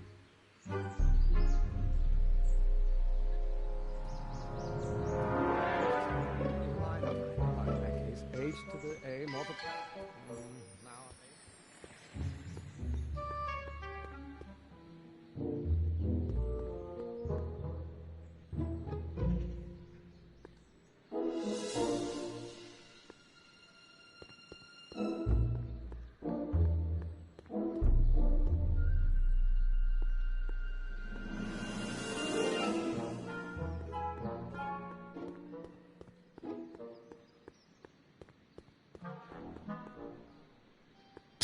Doc! Marty! Have you found my younger self yet? Well, I met your younger self. Great! And I gotta say, you're kind of uptight. What? You won't even talk to me. I find that hard to believe. Tell me what happened. I tried asking him about your rocket drill, but he says he's not a scientist. What? What? Father. What's he got to do with this? In 1931, I was still deathly afraid of my father discovering the truth about my scientific predilections, so I carefully kept them under wraps, practicing science at odd hours, away from his prying eyes. That sucks. It sucked a lot. Fortunately, I eventually stood up to him, but right now, my younger self probably thinks you've been sent by my father to check up on me.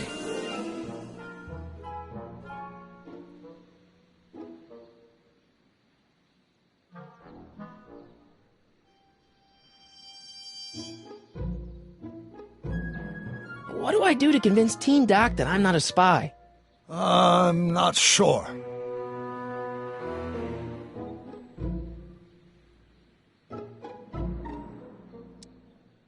Why does your younger self mutter all the time? Muttering? Why would I be muttering? I never mutter unless... The Hill Valley Expo! The Expo? Yes, the Expo! How could I have forgotten? In a few months, the younger me will put on a demonstration at the Hill Valley Exposition, my first public foray into the world of science. Everyone in town will be there, including a number of noted inventors who shaped my career. So, it was a big success? No, it was a miserable failure, but it was a spectacularly miserable failure, one which marked my transition from an amateur garage scientist into a professional seeker of truth.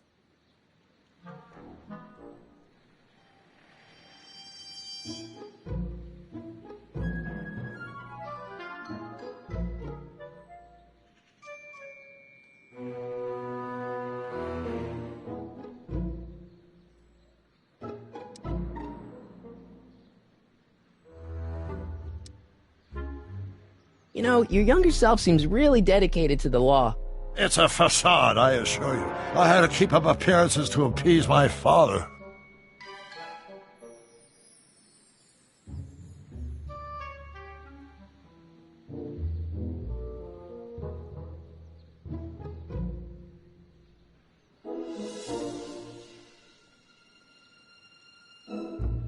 What do I do to convince Teen Doc that I'm not a spy? I'm not sure. What does this expo have to do with you muttering all the time? When I was younger, I used to relieve stress by working on complex mathematical conundrums. No doubt my younger self is working on some impossible problem in an attempt to work off cerebral steam in the weeks before the exposition. What was I muttering about? I don't know. H to the something with an inverse of something else. I'm not so good at equations. That's too bad. I bet if we could solve my younger self's problem, he'd be more inclined to listen to you.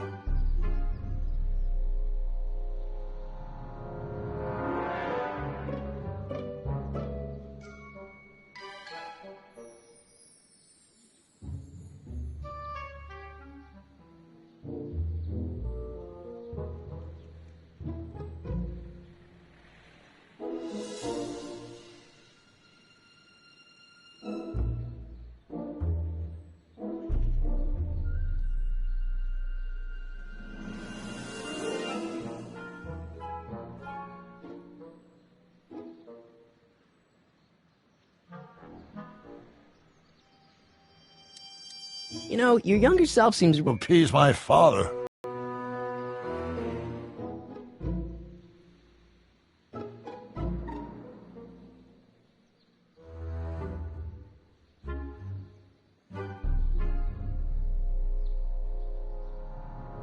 Let's talk about your younger self's problems later. Okay, but don't forget we're on a bit of a deadline here.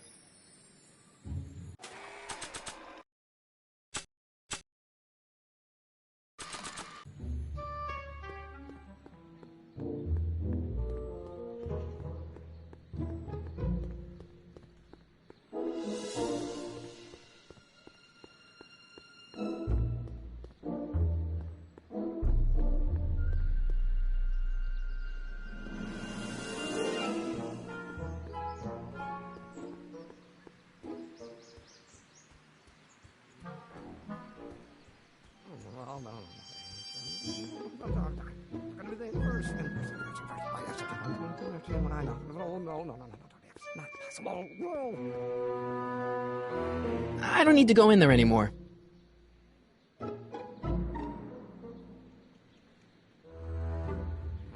Now if H stands for one-dimensional harmonic oscillator, then naturally H2A multiplied by the inverse. Will you just give me a chance? Harassment's a federal crime, Mr. Crockett!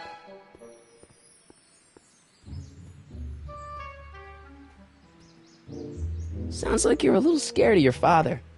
Scared of my father? Pop is the most learned, just, incorruptible judge that Hill Valley has ever seen. The only people scared of Judge Brown are people with a dark secret to hide. And I don't have a dark secret to hide.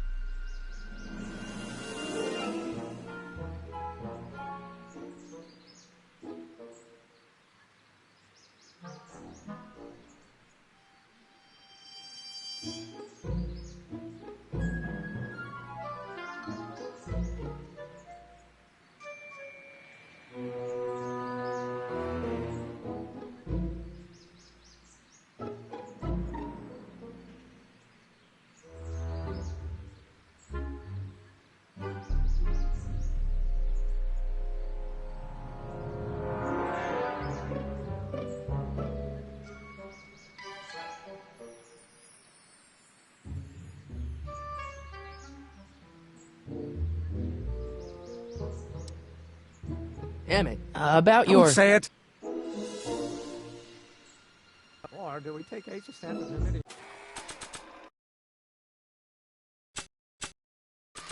A line operator, but in that case, H to the A multiplied by the inverse of A might well be equal to A. Oh, let's start. Force equals mass times acceleration, of course. That's Newton. Will you just give me a chance? Harassment's a federal crime, Mr. Crockett! Sounds like you're a little scared of your father. Scared of my father? Pop is the most learned, just, incorruptible judge that Hill Valley has ever seen. The only people scared of Judge Brown are people with a dark secret to hide. And I don't have a dark secret to hide.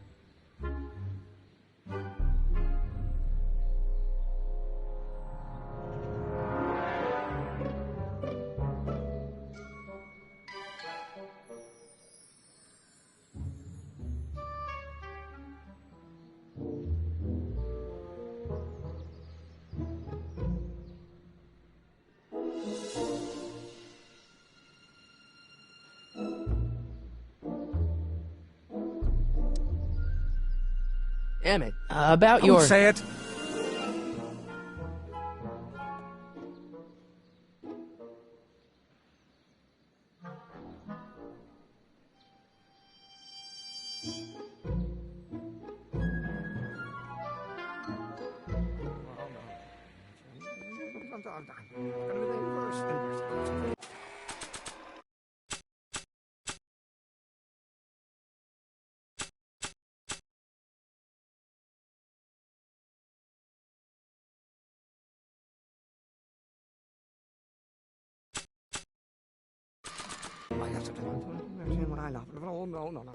Doc's notebook doesn't belong to him.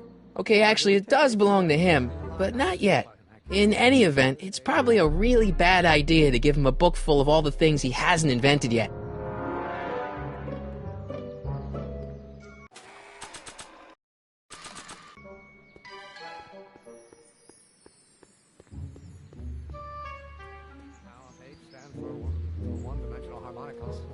Naturally, H2A multiplied by the inversion of H has to come out 11. Will you just give me a chance? Harassment's a federal crime, Mr. Crockett! Emmett, about your... Don't say it! Oh, no. It's gonna be the inverse.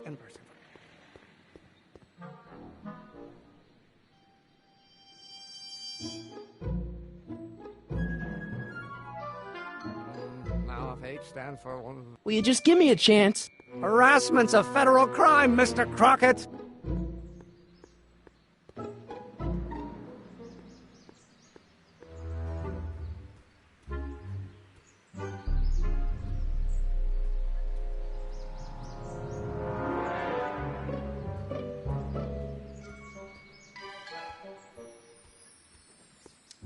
Emmett, about your... Don't say it!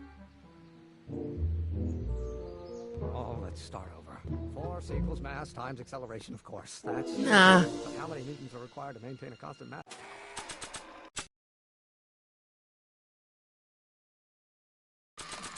Acceleration is reduced by the inverse of... Oh, think, Emmett, think. H to the A multiplied by the inverse of A. H to the A multiplied by the inverse of A.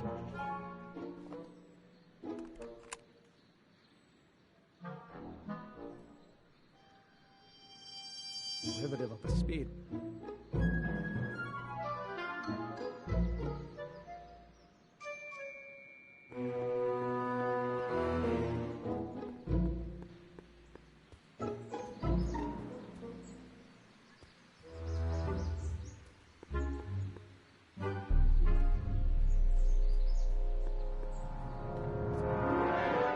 Or do we take H to stand for the Arminian line operator?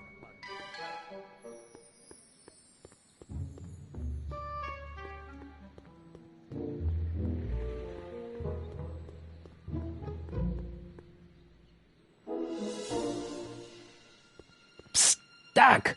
Marty, how goes the escape plan? So, Doc, does this ring a bell? Oh, think, Emmett, think.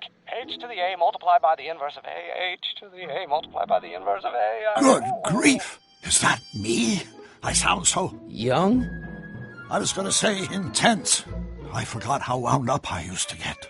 Yeah, but what are you muttering about? Oh, that's easy. It's Ivanov's conundrum. Just tell my younger self that H equals a Hamiltonian operator. Won't giving him the answer mess up the time stream? Only if it turns out that reality is actually nothing more than a holographic illusion created by the interplay of subatomic particles on a vast two-dimensional membrane. So... It'll be fine.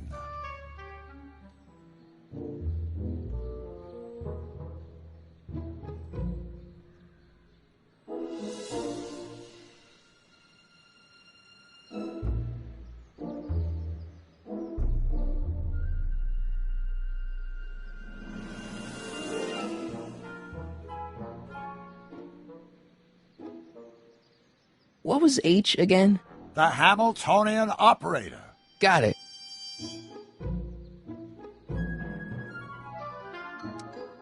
Where have you been all this time? I missed you. I've missed you too, Marty. but I thought it was important to let you live your own life for... Have my family history blowing up in my face for a few months. Besides, I've been busy raising my own unpredictable teenagers.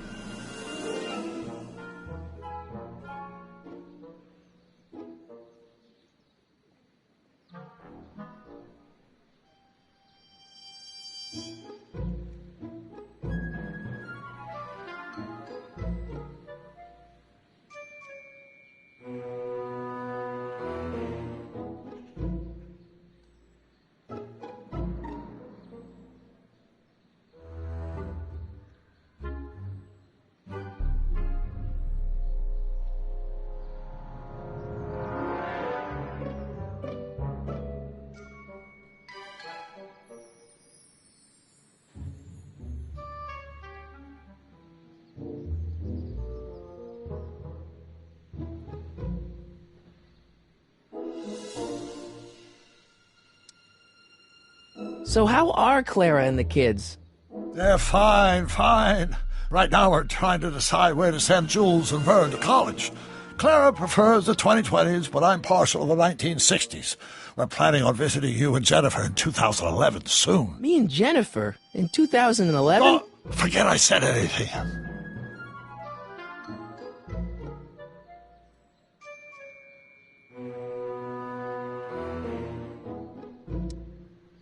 Where'd the DeLorean come from? The last time I saw it had been smashed to pieces by a train.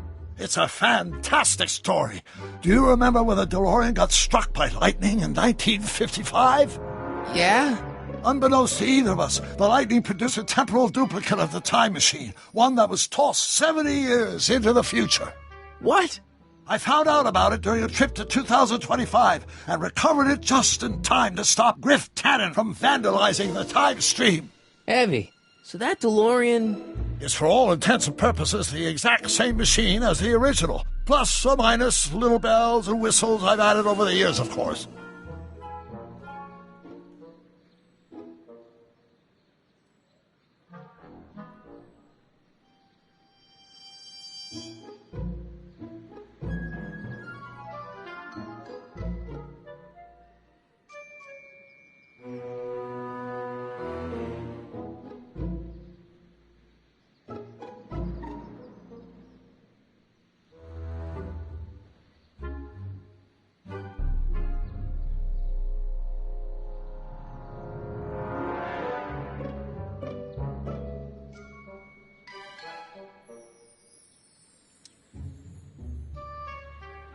So, what were you doing in 1931 anyway? Oh, nothing terribly exciting. Indulging in a little personal nostalgia, picking up a few rare out-of-print books to surprise Clara on her birthday, solving a historical mystery or two. The usual. The usual? You lead a pretty unusual life, Doc. It's an unusual universe, Marty.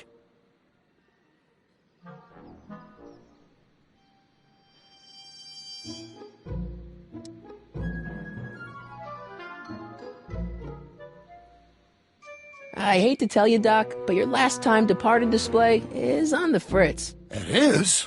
So how did you find me? I found one of Edna Strickland's shoes in the DeLorean. How did one of her shoes get in the DeLorean? Einstein took it from her. He did?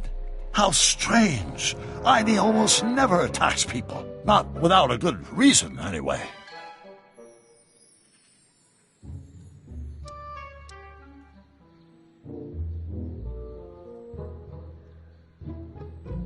How'd you wind up in jail in 1931 anyway? During my trip to the past, I decided to look into one of Hill Valley's unsolved mysteries. The fire at the speakeasy. Exactly. I thought I was safely hidden across the street. But when the fire started, there was a tremendous explosion, and I was knocked unconscious by a stray brick. When I woke up, I was here in jail, charged with arson. That's horrible. I know. Worse yet, I still don't know who started the fire.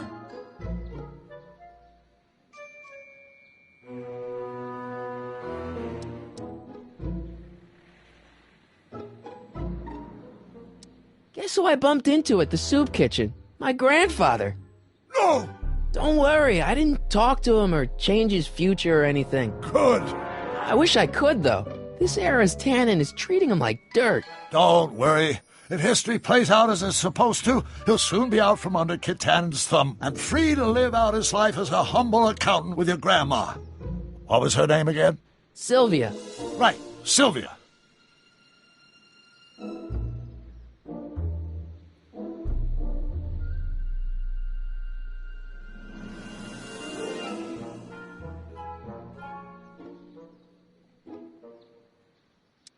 I hate to tell you, Doc, but your last time departed display is on the fritz. It is? So how did you find me? I found one of Edna Strickland's shoes in the DeLorean. How did one of her shoes get in the DeLorean? Einstein took it from her. He did? How strange. Ivy almost never attacks people. Not without a good reason, anyway.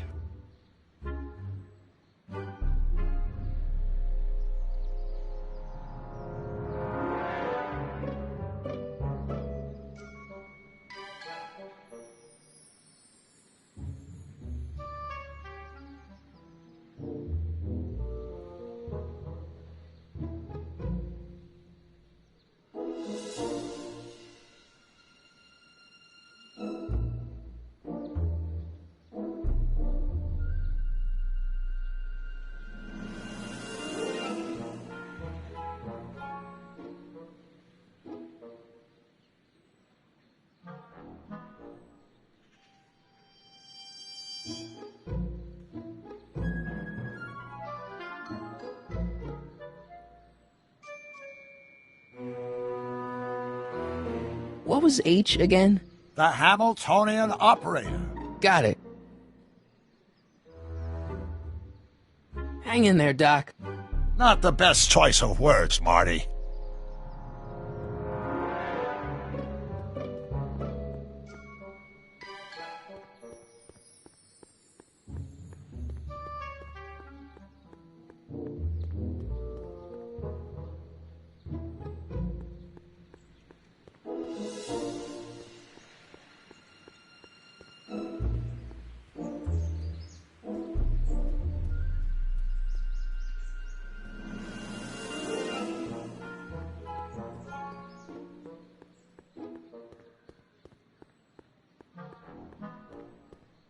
I don't need to go in there anymore. For the one-dimensional harmonic oscillator, then naturally H2A multiplied by the inversion of H has to come out less than expectation value of A, right?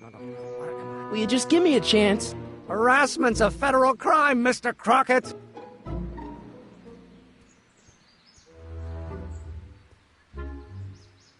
Maybe H equals the Hamiltonian operator. What did you just say? I said maybe H equals the... Hamiltonian operator? Yeah. Great Scott! If H is the Hamiltonian, then H to the A multiplied by the inverse of H can only be the same as the expectation value for A. That's it! That's the solution to Ivanov's conundrum, the problem I've been wrestling with in my head all week! I'm sure you would have figured it out by yourself in a day or two. The way you figured out how to build that rocket-powered drill. Where did you learn so much about science?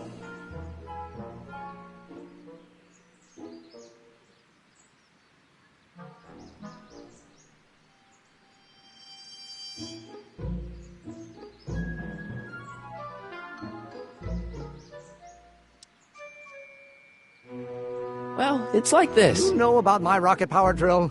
Then there can only be one explanation. What? You're from the patent office! I confess I didn't quite know what to expect when I sent the paperwork, but I never expected this. Welcome! I'm at your service. What can I do for you?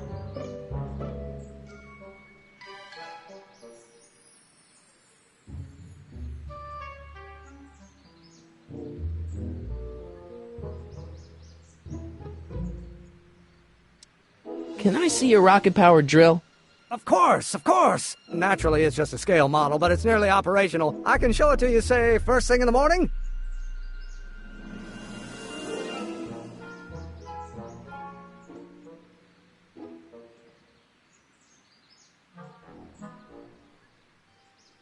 Nah, that's no good. I need to see a full-size model. That's fully operational.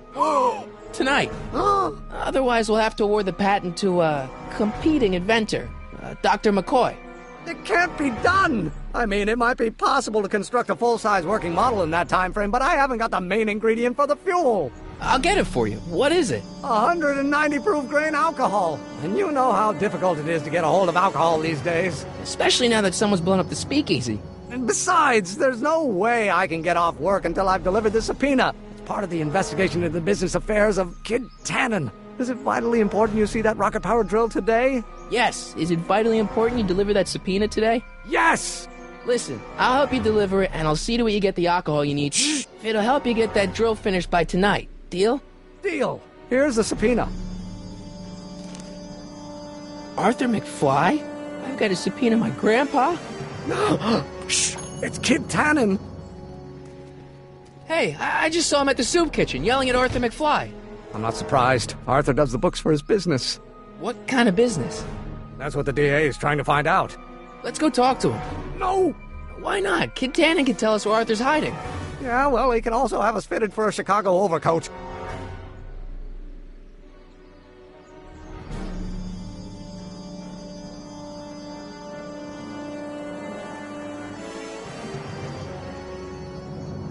You have to deliver a lot of subpoenas?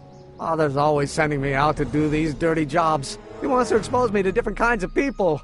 All he's exposed me to is a lot of new curse words.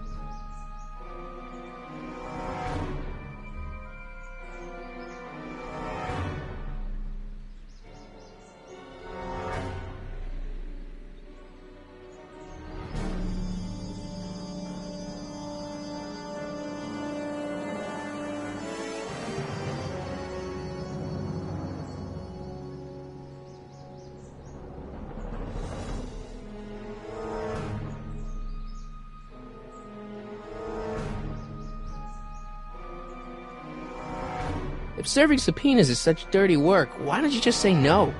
Look, what's the worst thing that can happen to me on this job? You could get shot. Yeah, well, believe me, that's nothing compared to what I'll get if I mouth off to my pop. Any idea where we could find Artie? Not a jot. If only we had a way of tracking him.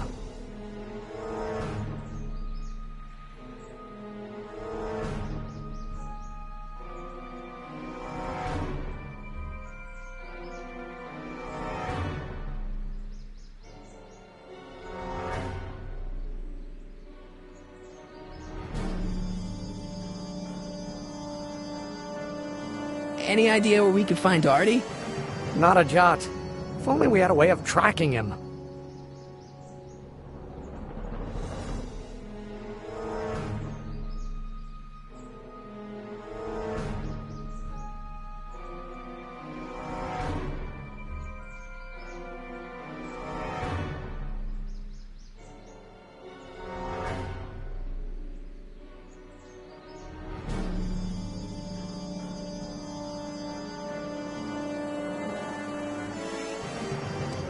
This subpoena's for Arthur McFly? Have you seen him? For a few seconds in the soup kitchen, but I think he's gone back into hiding. Brilliant deduction, Einstein.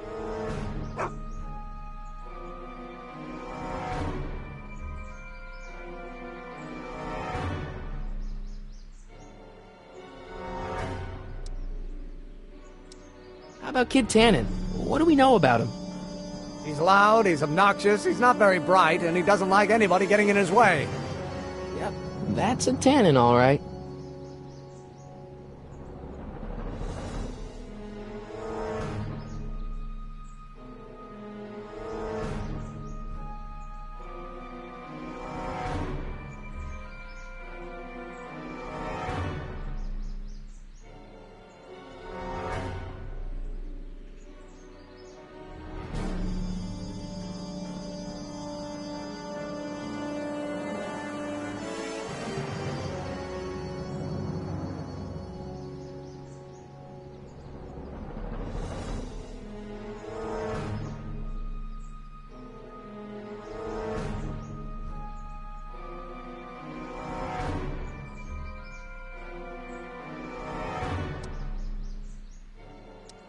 This might be a stupid question, but couldn't you have designed your rocket-powered drill to run on fuel that, isn't illegal?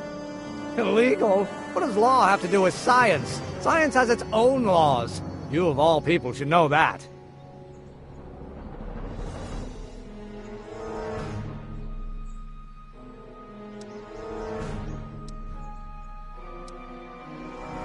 Some of us down at the patent office are wondering, what made you think of a rocket-powered drill? Ah, that'd be Journey to the Center of the Earth by Jules Verne. It was a revelation. Yeah, that's kind of what we figured.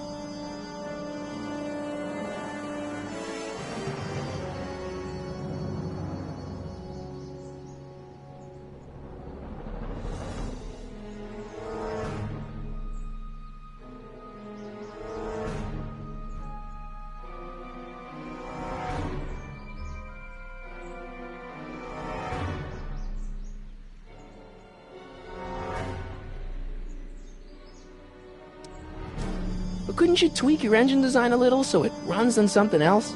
Like what? I don't know. Gas, maybe?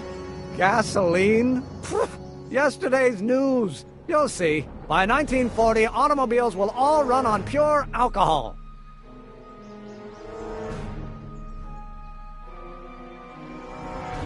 Any idea where we could find Artie? Not a jot. If only we had a way of tracking him.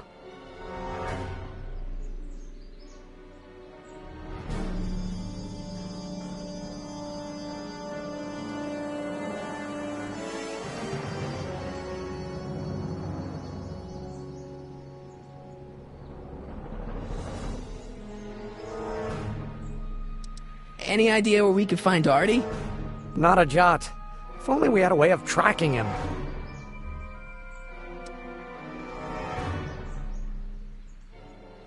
What do you know about Arthur McFly? Certified accountant. Graduated Hill Valley 5 classes ahead of me. Seems like a nice fellow, actually. How did he get mixed up with a guy like Kid Tannen? Who knows? Sometimes people find themselves stuck in situations they can't get out of.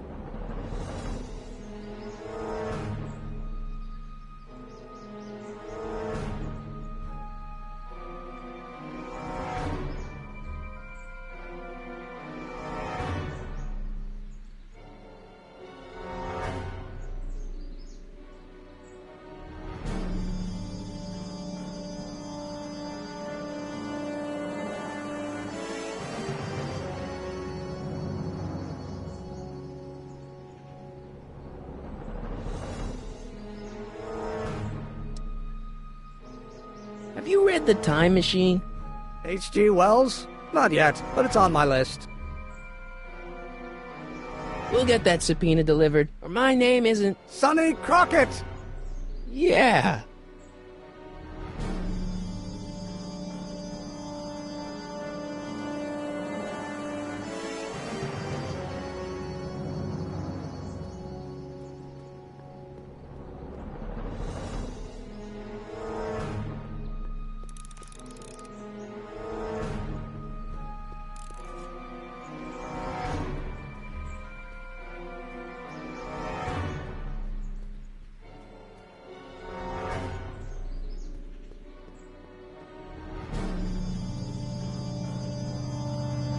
Hey, Miss Strickland. Oh, hello, Mr. Crockett. Try not to draw any undue attention my way. I'm on the trail of a hot new scoop, as we in the newspaper business say. What's the scoop?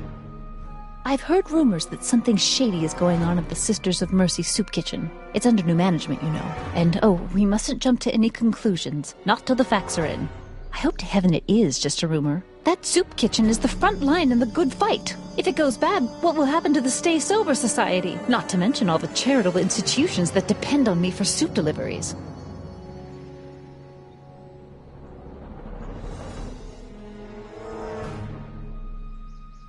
Did you finish the story you interviewed me for? About Carl Sagan? Yes, but those pig-headed editors at the paper rejected it. They said my story was slanted, and that I was glorifying a suspected arsonist. As if their stories aren't always glorifying the criminal vermin that run this town. This whole thing makes me so mad I could spit.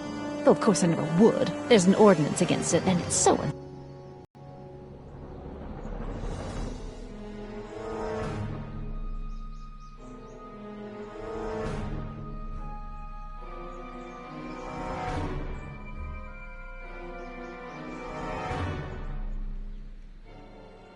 make hot soup deliveries?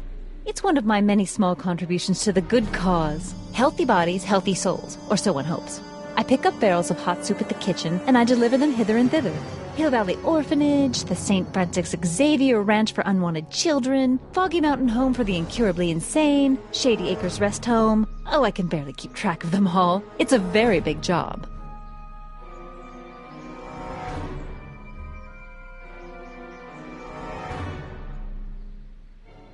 Hey, I can help you deliver soup. I donate a lot of time to charities. Oh? Which ones? The, Mario Brothers. Ah, yes. The Italians do so many good works.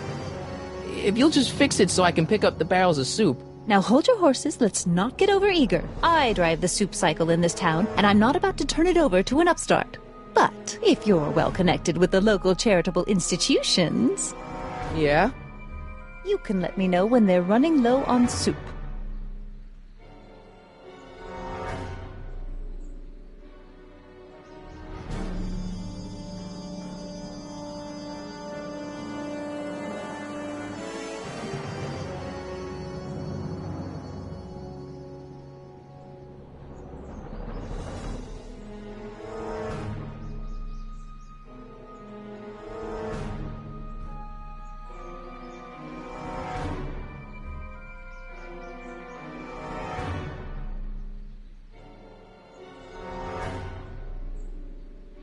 What's the Stay Sober Society? You haven't heard of the SSS? They do the most marvelous work, taking hopeless drunken bums and turning them into former hopeless drunken bums. I'm one of the founding members. And not to say that I was ever, well, you know. Anyway, we've always met in the cellar of the Sisters of Mercy soup kitchen, but for some reason the new managers don't want us down there, so we're stuck. We've got nowhere to meet.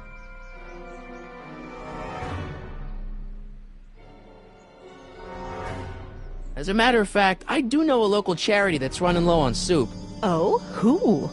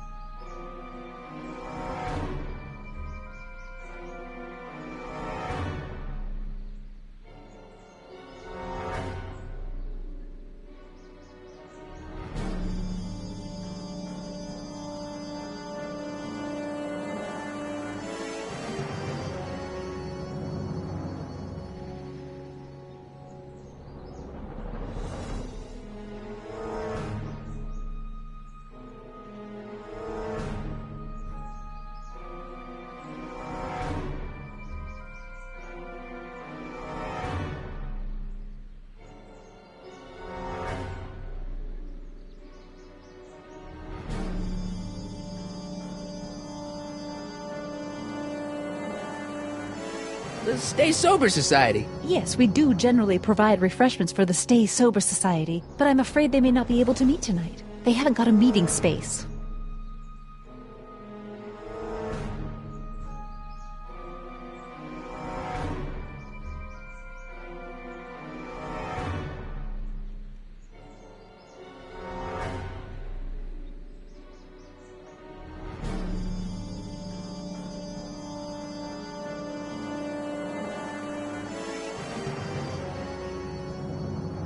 You asked me to tell you if one of the local charities is running low on soup. Does somebody need a visit from my soup cycle?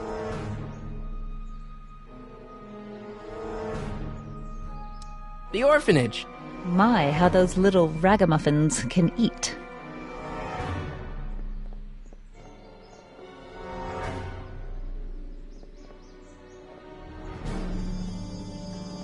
All right, Edna, just think of all those poor unfortunates and hold your nose. Mr. Donnelly!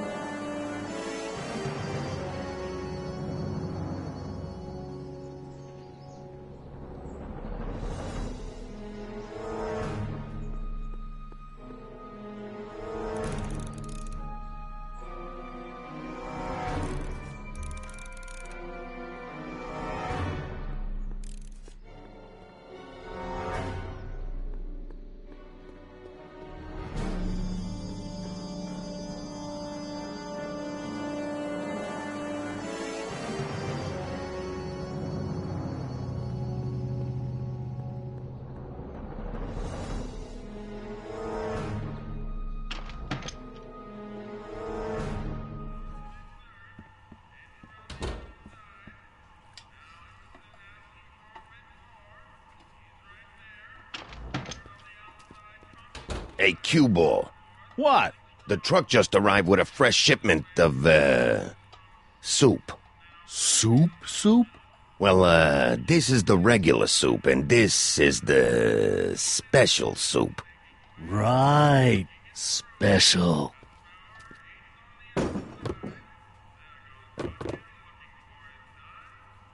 Hey, what are you doing? I'm spicing up the soup. It's my secret recipe. Listen, this ain't the Savoy, and we ain't here to feed these bozos no fancy soup.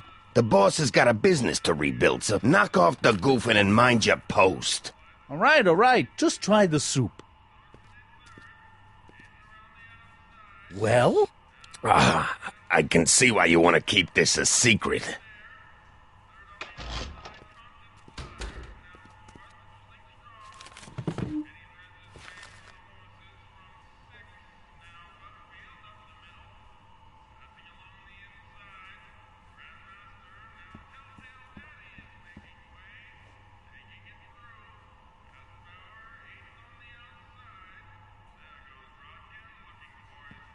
What about those barrels? What about them? What kind of soup is that? It's not it's special soup. What's special about it? It's made for grown-ups, kid. A soup for grown-ups? That's right, kid. Be nosy. See where it gets you.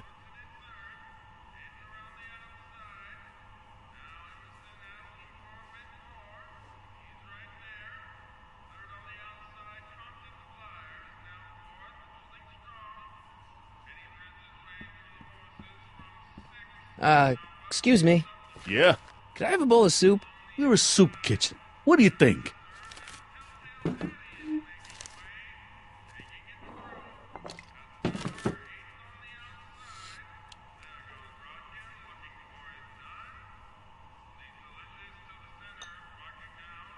What kind of soup is this? It tastes like...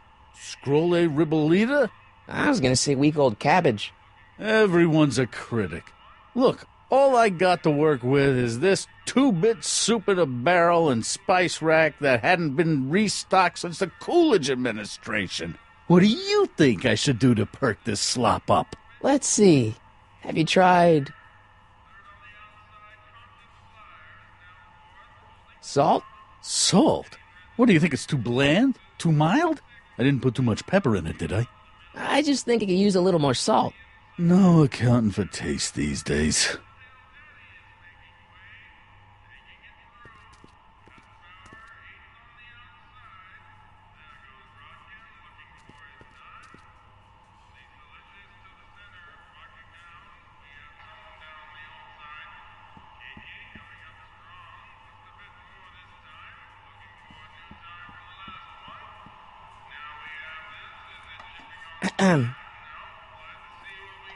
Okay.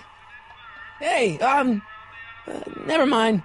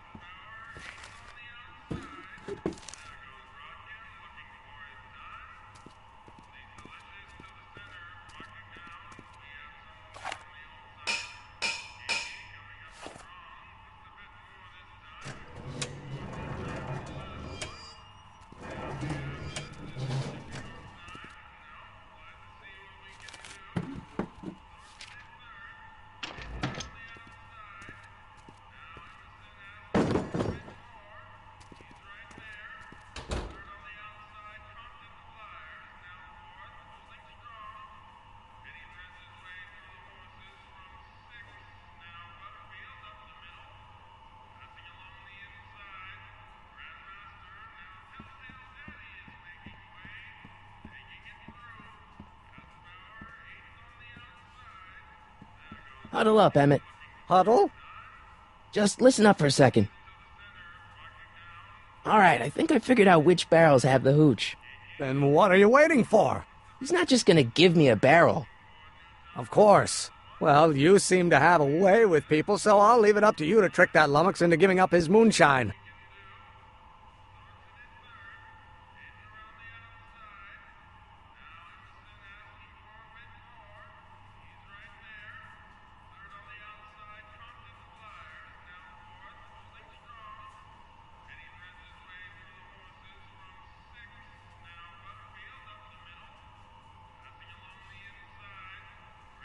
Alright, I think I figured out which barrels have the hooch. Then what are you waiting for? He's not just gonna give me a barrel. Of course. Well, you seem to have a way with people, so I'll leave it up to you to trick that lummox into giving up his moonshine.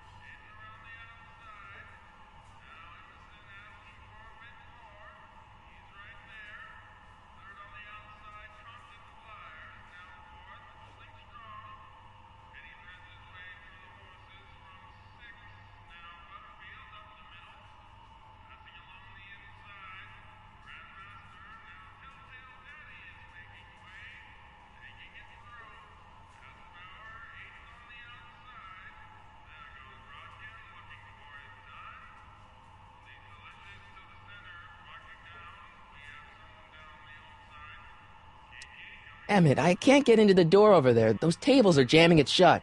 The door? So your plan is to just waltz in there and take a barrel of alcohol? No, of course not. That would be stupid, right? I'll say.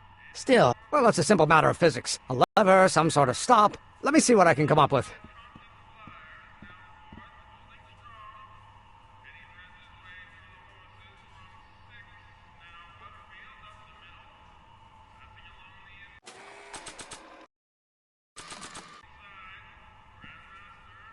Like a thorn bush in a drunkard's hand is a proverb in the mouth of a fool. Heavy.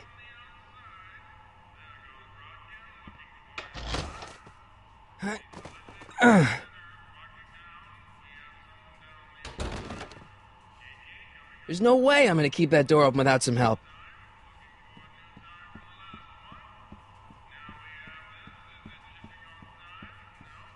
Eureka!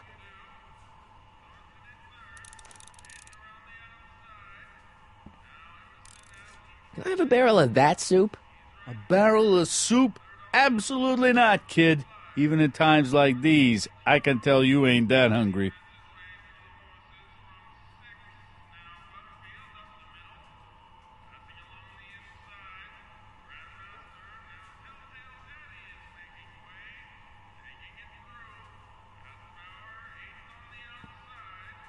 Excuse me.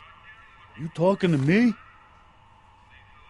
So this place used to be a soup kitchen. What do you mean used to be? Despite recent changes in ownership, this joint is still available for the purposes of distributing food to the needy and the not-so-well-to-do. And no other purposes whatsoever. Right.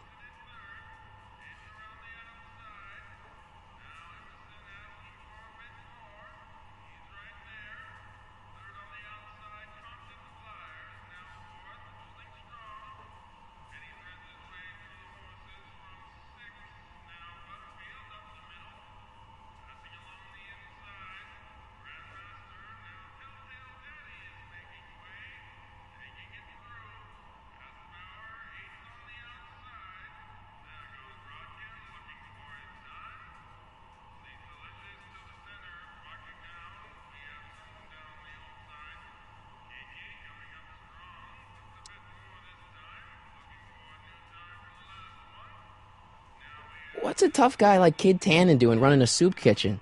Mr. Tannen purchased the soup kitchen from the Sisters of Mercy in an effort to repair his reputation as a respectable community figure after his fine name was besmirched by the malignant and malicious the actions of the misguided vandals that done burned down his place of business. His speakeasy. I cannot confirm nor deny any claims of so-called illegal bootlegging at the... Just eat your damn soup, pipsqueak.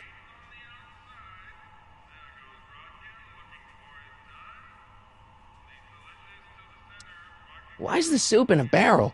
'Cause it's hard to ladle off the floor?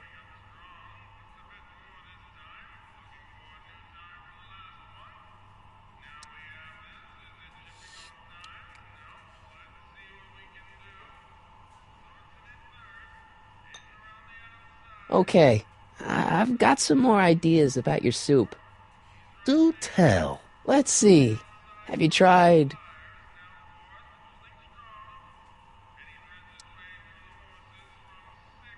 paprika? Paprika? I just think it could use a little color. Color?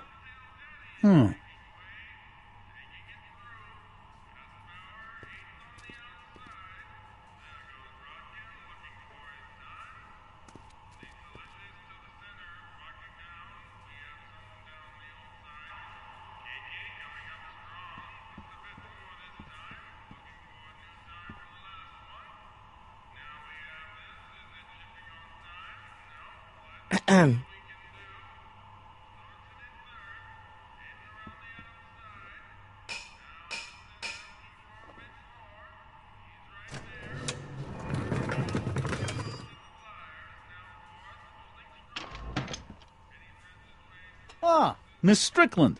Come for some more soup?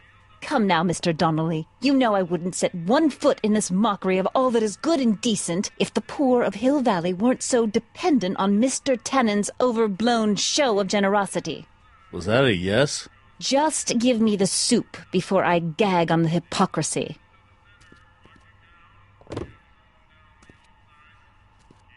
I'll tell the boss you said hello. I'll just bet you will.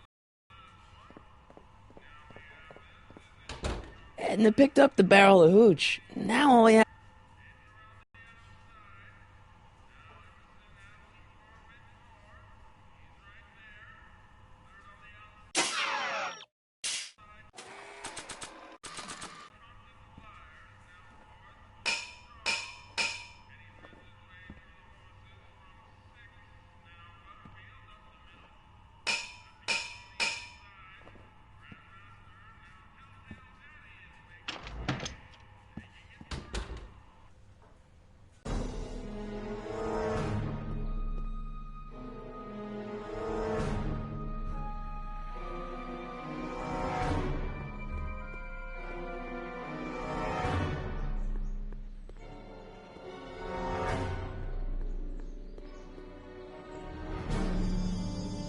Nice bike. Huffy? Huffy? I'm not huffy. I'm passionate. Passionate about justice, safety, law, and order. Never mind.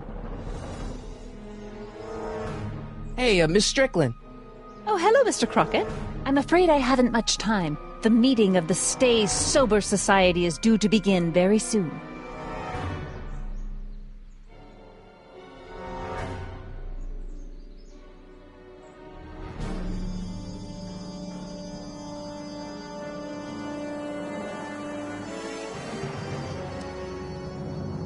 I know a place where the Stay Sober Society can meet.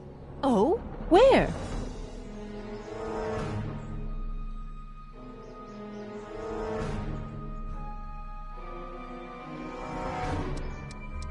The Brown residence. You mean Judge Brown's place? Yeah, I happen to be good friends with his son Emmett, and he's told me the judge would love to lend his place out for, good causes like yours. Really? Why, that's the most generous, public-spirited offer I've received in a month of Sundays. Please, tell your friend Emmett we accept. And the offer couldn't have come at a better moment. It's almost time for the meeting to begin.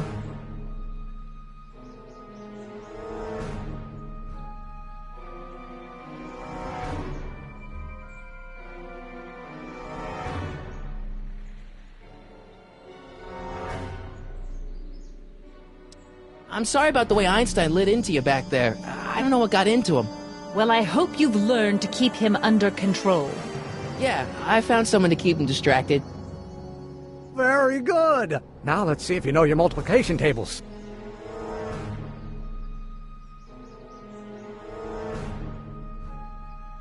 I got a book. Oh? Where?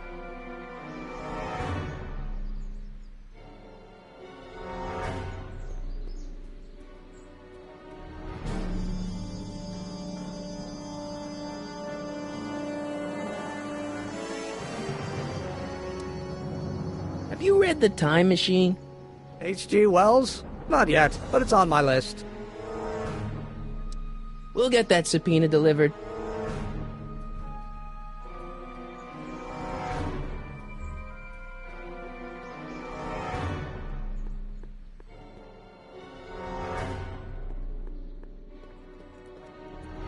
What the hell, Matches? You got kiwi all over my socks! Sorry, boss. Get out of here! How about you? Huh? I'm sitting at a shoe shine booth. You walk up.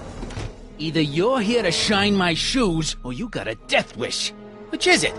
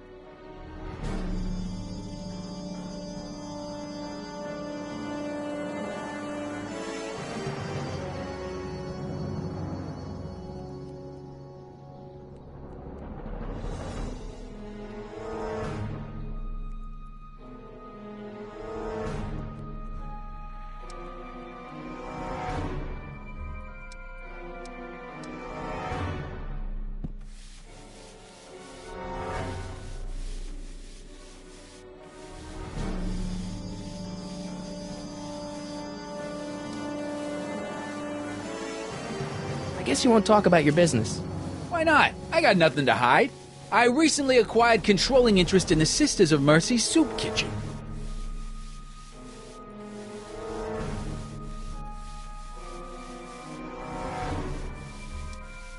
Isn't a soup kitchen an odd line of business for a guy like you? I like soup. Plus, I got a heart as big as all outdoors. Buff a little harder. I want to see myself in the toes. How come you won't let the Stay Sober Society hold their meeting in the cellar of your soup kitchen? We got other plans for that cellar, and it don't necessarily involve staying sober.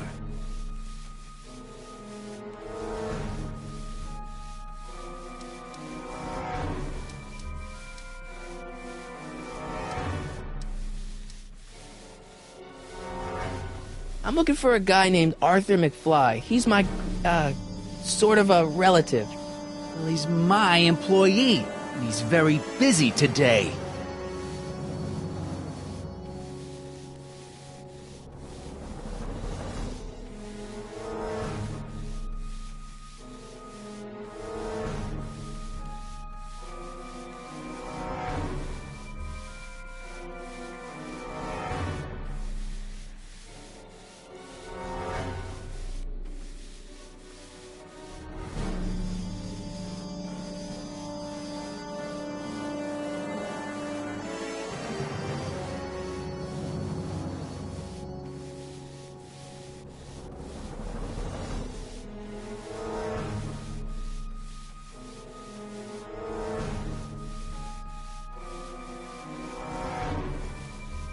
Since you're Arthur's boss, you know where he is, right?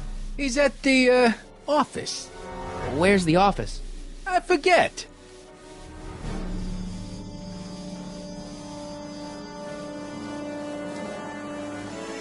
So when do you think Arthur will be leaving the office? When I tell him he can leave the office. Hey, you missed a spot.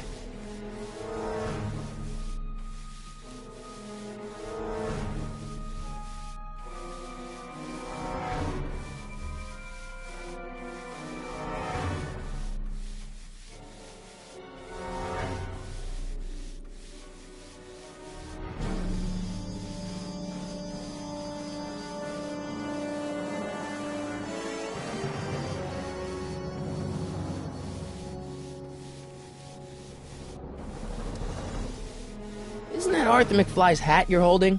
It was McFly's hat. Now, it's my peanut ball.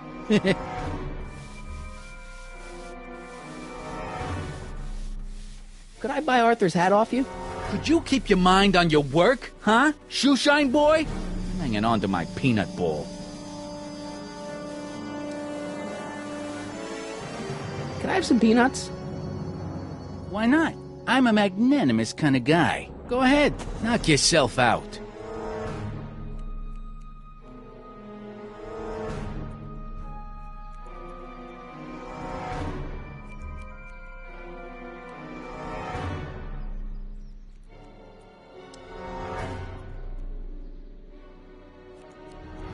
On second thought, I'm not hungry.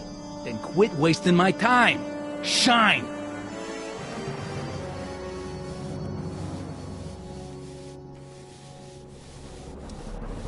So, one more thing about that hat. You're testing my patience, boy.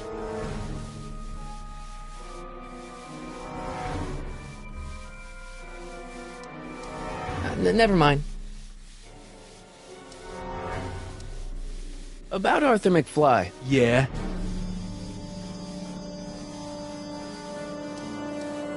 So, one more thing about that hat. You're testing my patience, boy.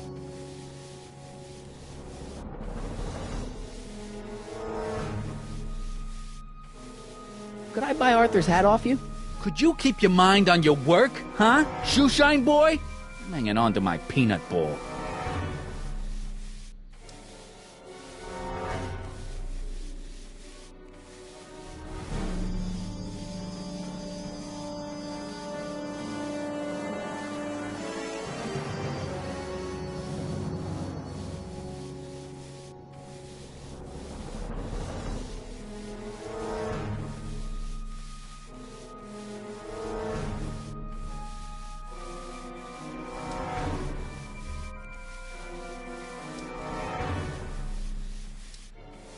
Never mind.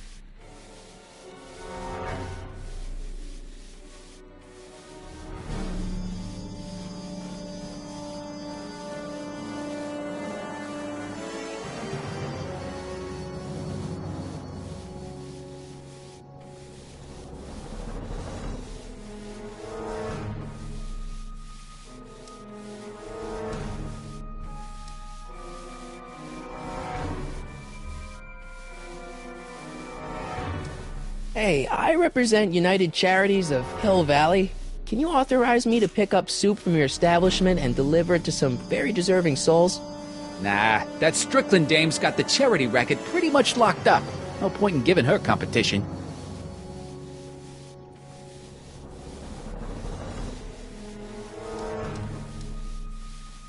How come you won't let the Stay Sober Society hold their meeting in the cellar of your soup kitchen? We got other plans for that cellar, and it don't necessarily involve staying sober.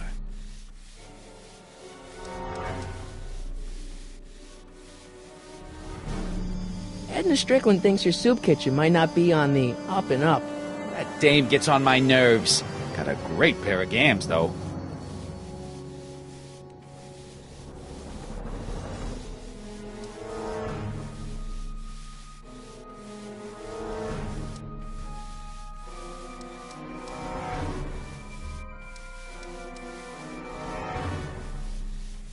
About Arthur McFly. Yeah?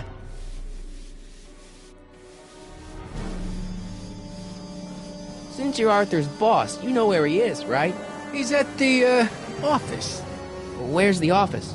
I forget. Since you're Arthur's boss, you know where he is, right? He's at the, office. Where's the office? I forget.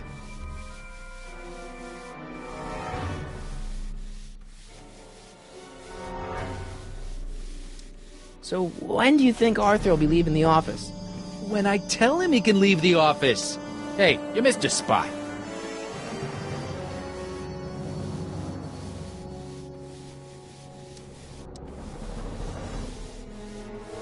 So, one more thing about that hat.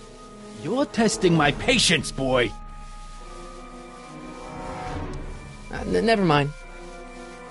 How's that? Shiny enough? Yeah, that'll do. Stay nearby, though. I scuff easy. Wait a minute. Didn't I see you at the jailhouse, John, with that Carl Sagan rat? I hope you weren't planning on trying to spring him, 'cause I got other plans.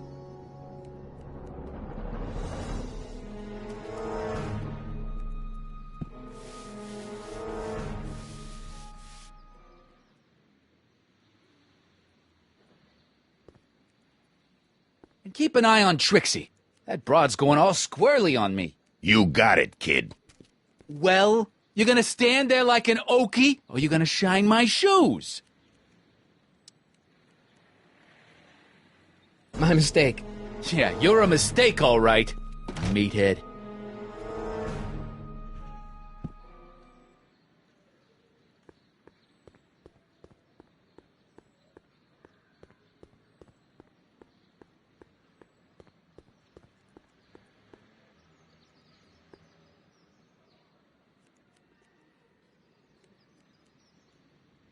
No screw-ups tonight, you get me? I don't want this thing turning into another Shingle Springs fiasco. It's all under control, boss. Well?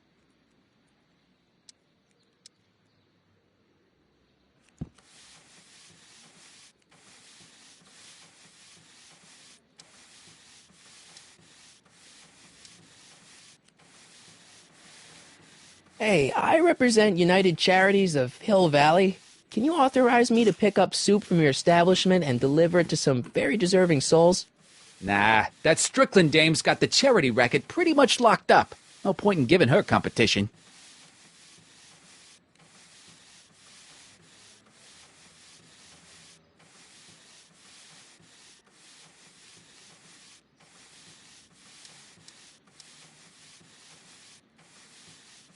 About that Carl Sagan guy. I'm sure he wasn't the one who burned down your speakeasy, social club. You're touching a sensitive nerve, shoeshine boy. A little more rubbing, a little less talking.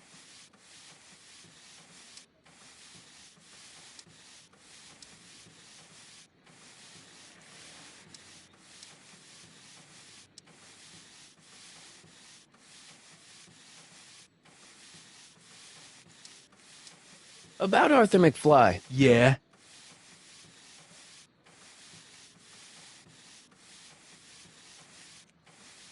Since you're Arthur's boss, you know where he is, right? He's at the, office. Where's the office? I forget.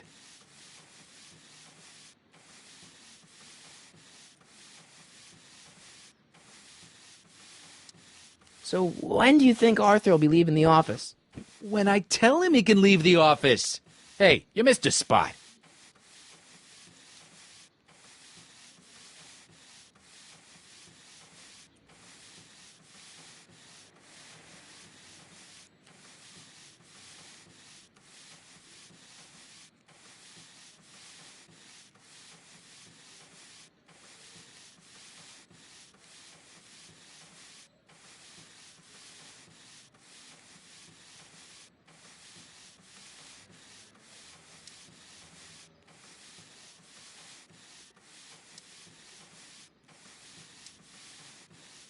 So, one more thing about that hat. You're testing my patience, boy. Never mind.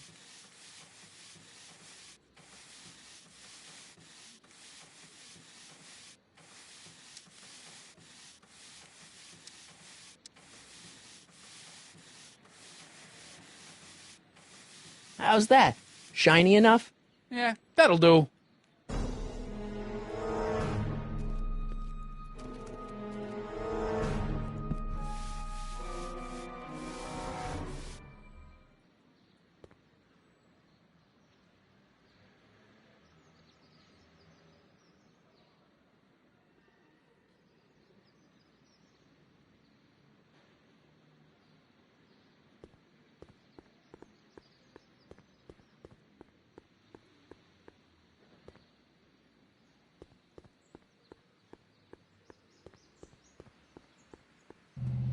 Hey, Miss Strickland. Oh, hello, Mr. Crockett. I'm afraid I haven't much time. The meeting of the Stay Sober Society is due to begin very soon.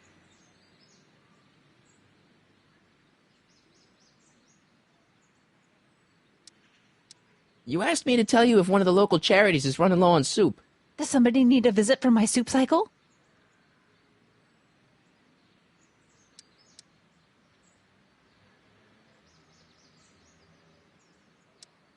The Stay Sober Society. That's right. They'll soon be gathering at the Brown estate, and we haven't provided refreshments. I can't get over the generosity of your friend Emmett volunteering his father's house for our meeting. Huh? Wait there!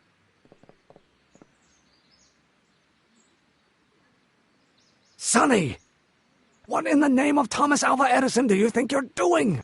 Don't you get it? You need alcohol to run your drill, right? Those bootleggers at the soup kitchen won't let us get our hands on any of their hooch. But we can get Miss Strickland to pick it up for us and deliver it right to your door. No, out of the question. Why? I can't just let strangers invade my parents' house. What do we know about these people?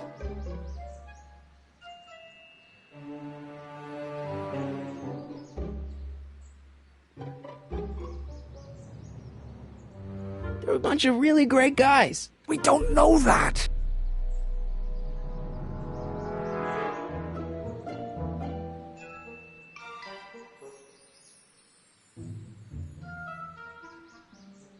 They're really polite. We don't know that.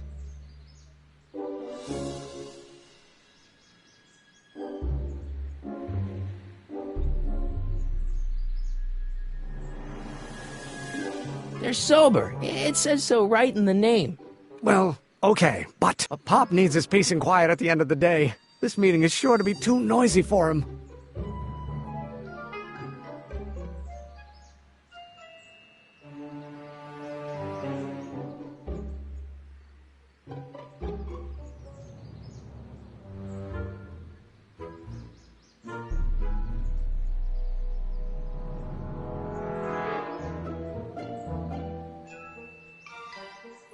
So get your dad a pair of earplugs.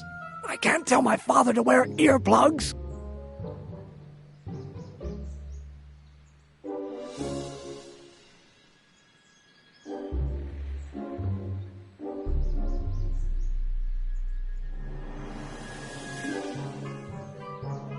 What's wrong with a little noise? It'll be like a party. My Pop is not the partying type. They'll be quiet. You'll be quiet, right? Oh, yes! I play my tambourine very softly. You hear that? Yes, but... But what? But it's still impossible.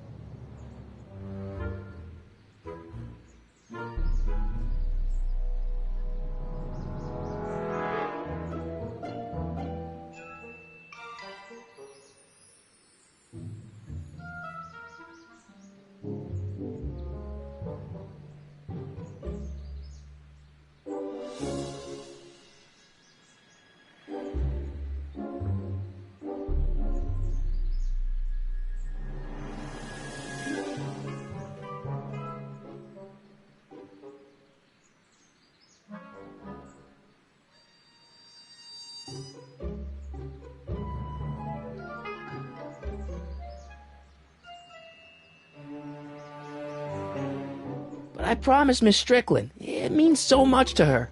The answer is still no.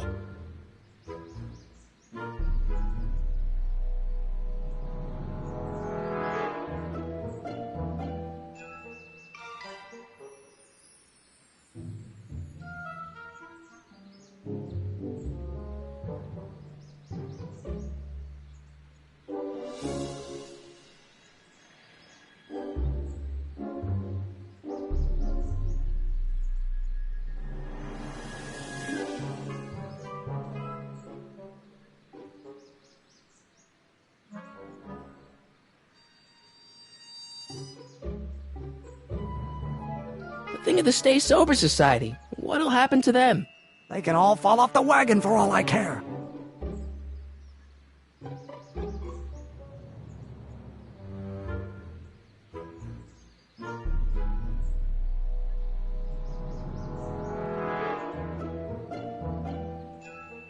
Okay, forget the whole thing. We don't have to test your rocket-powered drill tonight. We don't? No, I'll take the train back to Washington and I'll tell the folks at the office to give the patent to Dr. McCoy. Wait!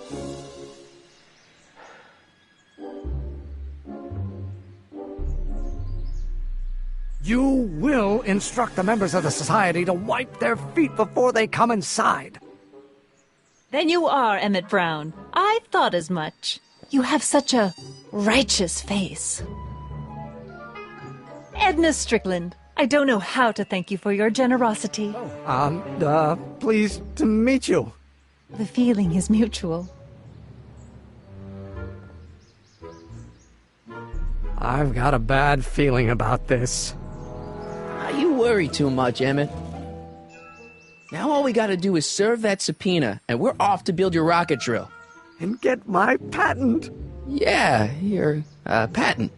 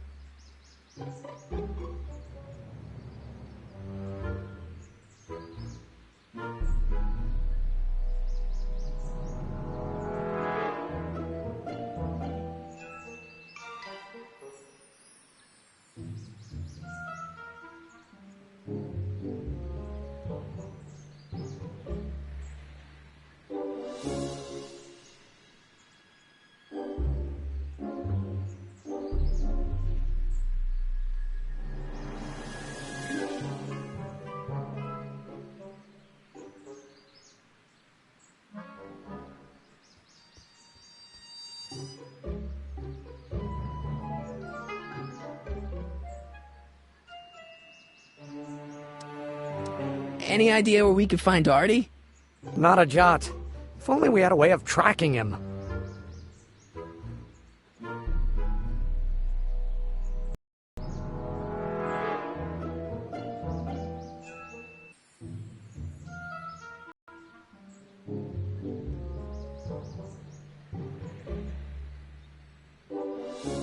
We'll get that subpoena delivered. Hey, how you doing, Einie? Einie? It's short for Einstein. Einstein, of course, because he was a patent officer just like you.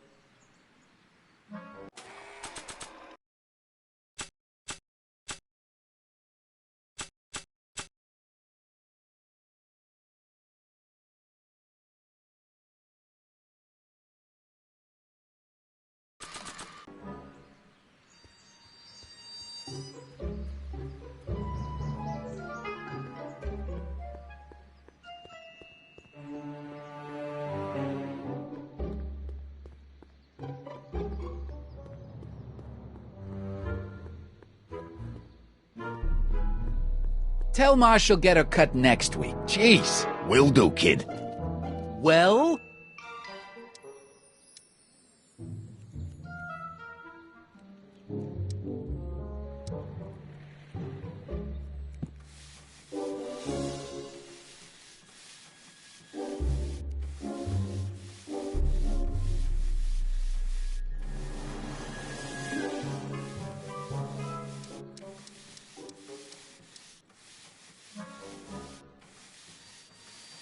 How come you won't let the Stay Sober Society hold their meeting in the cellar of your soup kitchen?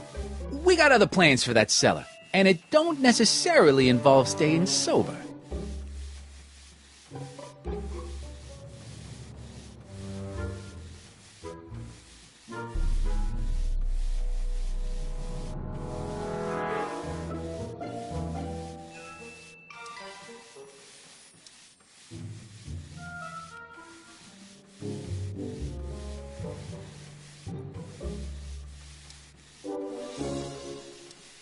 Isn't a soup kitchen an odd line of business for a guy like you? I like soup. Plus, I got a heart as big as all outdoors. Buff a little harder. I want to see myself in the toes.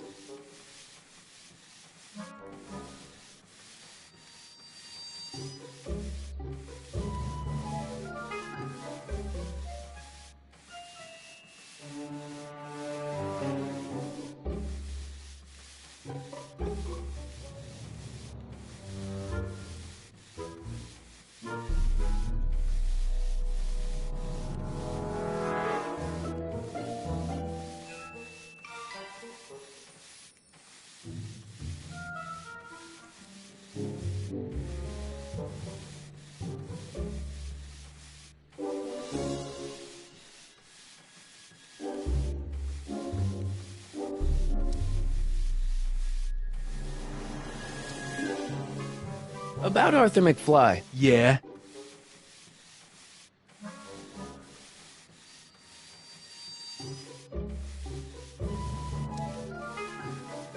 So when do you think Arthur will be leaving the office? When I tell him he can leave the office. Hey, you missed a spot.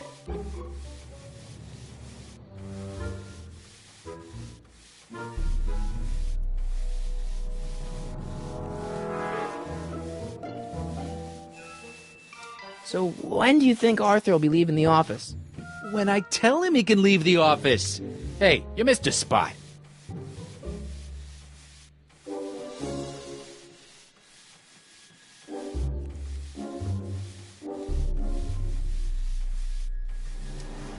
So one more thing about that hat. You're testing my patience, boy. Never mind. How's that? Shiny enough? Yeah, that'll do.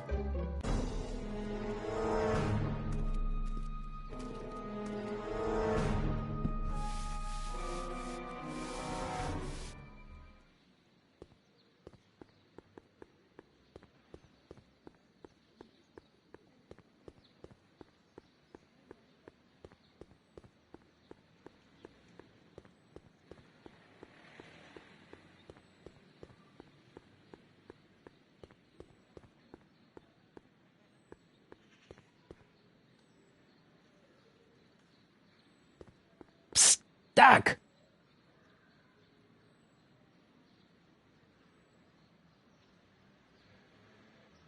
Guess what? In order to free up your younger self to complete the rocket drill, I'm gonna have to serve my own grandfather with a subpoena. Great Scott! Actually, his name's Arthur. He's Kid Tannen's accountant. Marty, whatever you do, it's vitally important that you don't alter your grandfather's future in any meaningful way. The consequences... Could be catastrophic. I know, got it.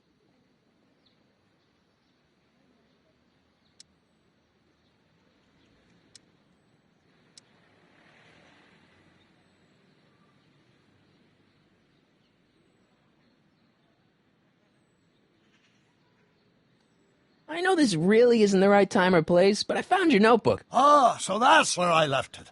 Why'd you bring it here? Because the bank's selling off all your stuff. They can't do that. That's what I keep trying to tell them. Well, you hold on to it for safekeeping. We'll deal with my financial situation in 1986 after we save me from a grisly death in 1931.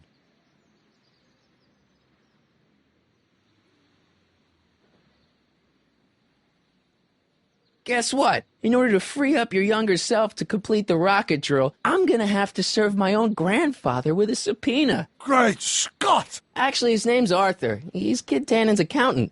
Marty, whatever you do, it's vitally important that you don't alter your grandfather's future in any meaningful way. The consequences... Could be catastrophic. I know, got it.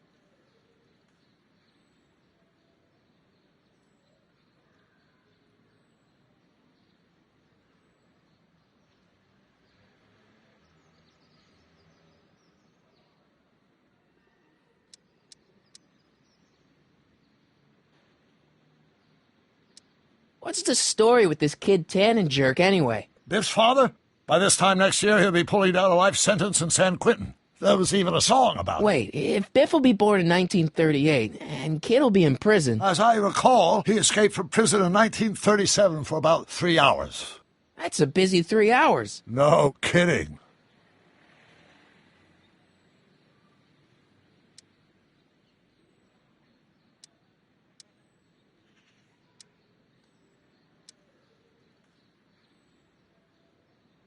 What do you know about Edna Strickland? Edna? We never really socialized when I was younger. She was a few years older than me, and we traveled in different socio-economic circles. Why do you ask? She thinks you're a hero for burning down that speakeasy. She's doing a story on you. A story? Oh, yes, now I remember. Ask Edna, the etiquette column that doubled as a pro-temperance soapbox. She believed that the consumption of alcohol would inevitably lead to a complete societal breakdown.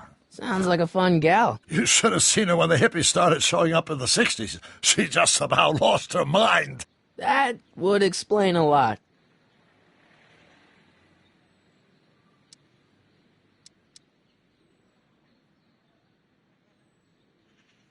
Hang in there, Doc.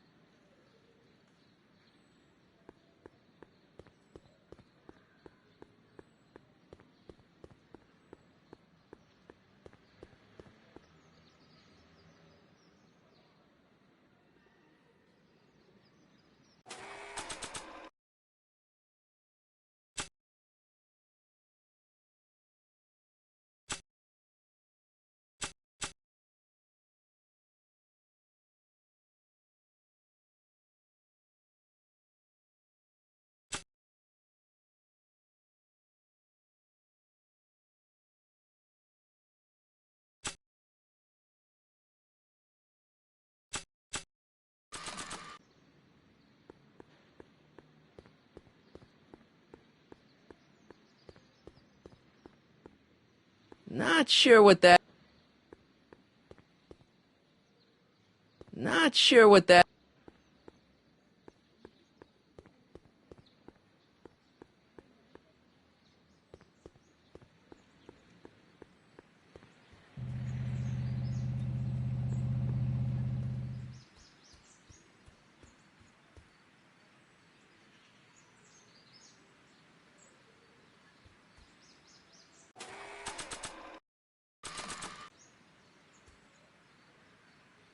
Not sure what that... Not sure what that...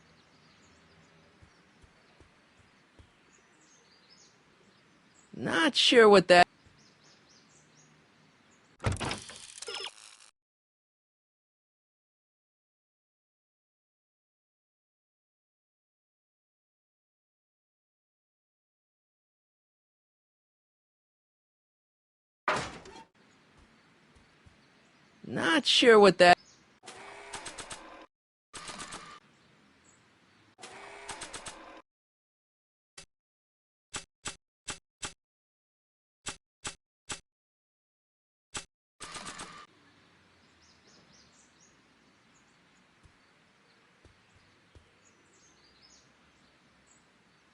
We'll get that subpoena delivered.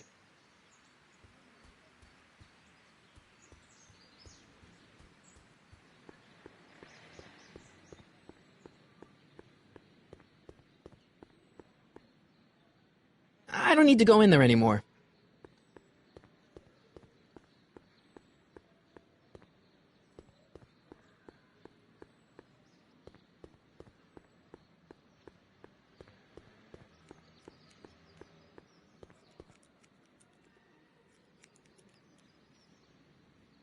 Spread the word to everyone. No one burns down Kid Tannen's property. Everyone it is, boss.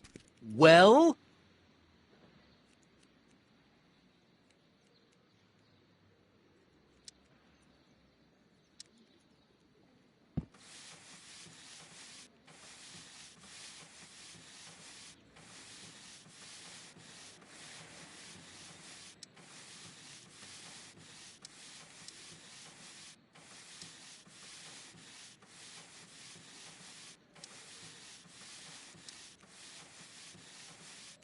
About Arthur McFly. Yeah?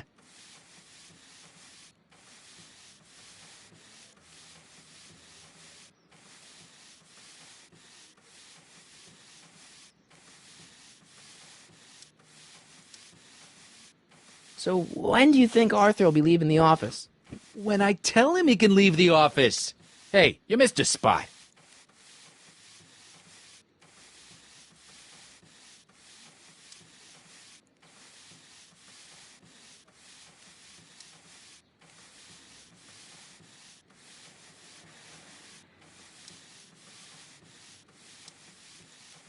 So one more thing about that hat. You're testing my patience, boy.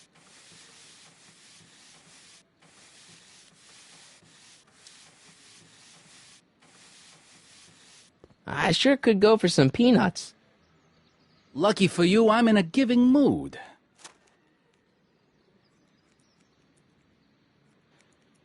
Don't mind if I do. All right, break time's over. Back to work.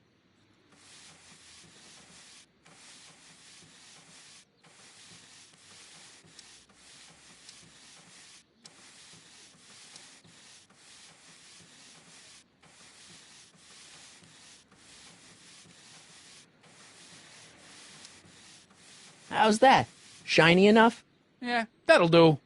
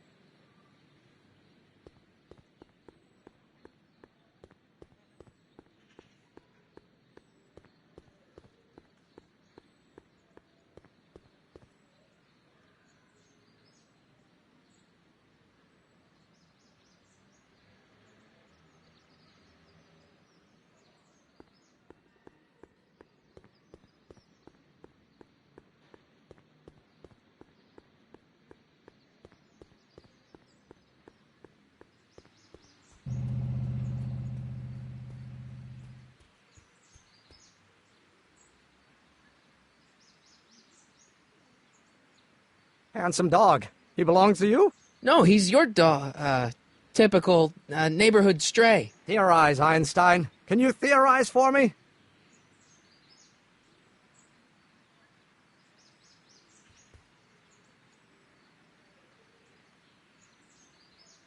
Theorize, Einstein. Can you theorize for me?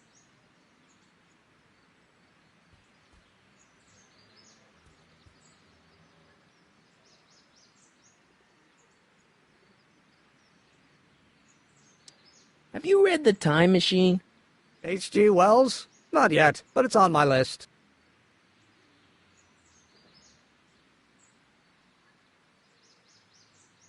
Any idea where we could find Artie? Not a jot. If only we had a way of tracking him.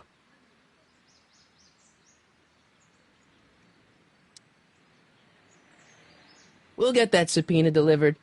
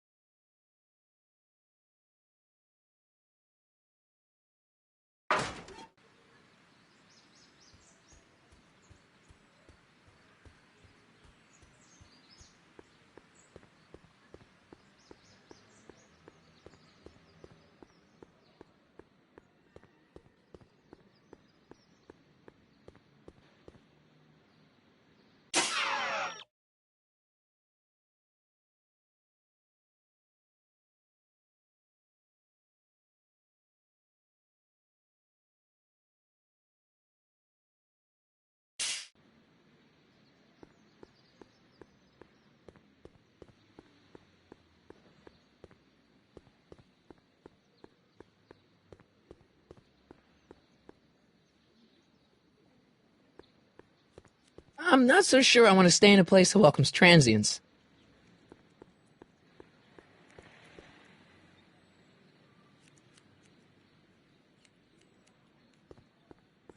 I better not go back in there. They're angry, and they've got scissors.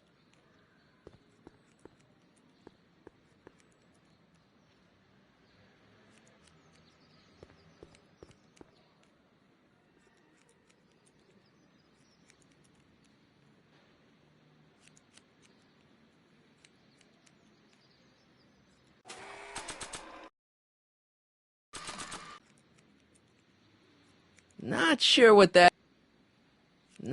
what that...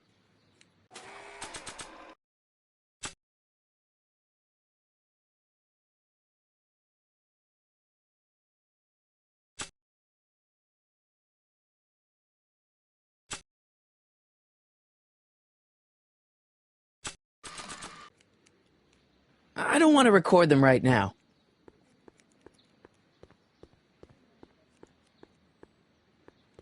I don't care how much it costs. I want the new place to be classy with a capital K. Got me? Whatever you say, boss. Well?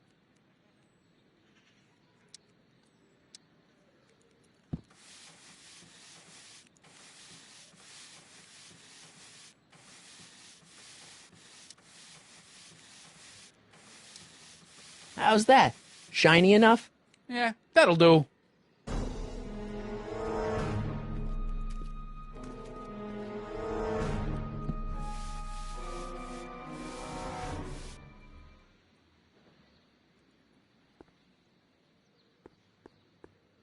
Not sure what that...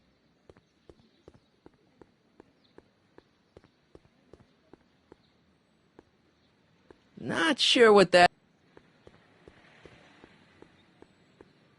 Not sure what that...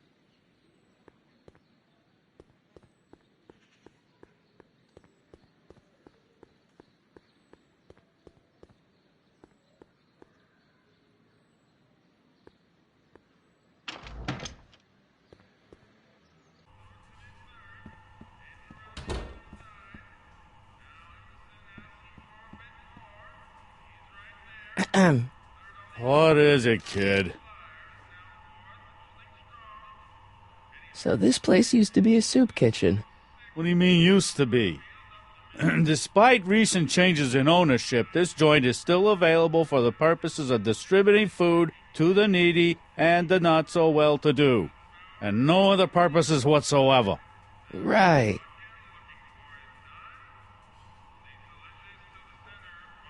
Mind if I look around a bit? No.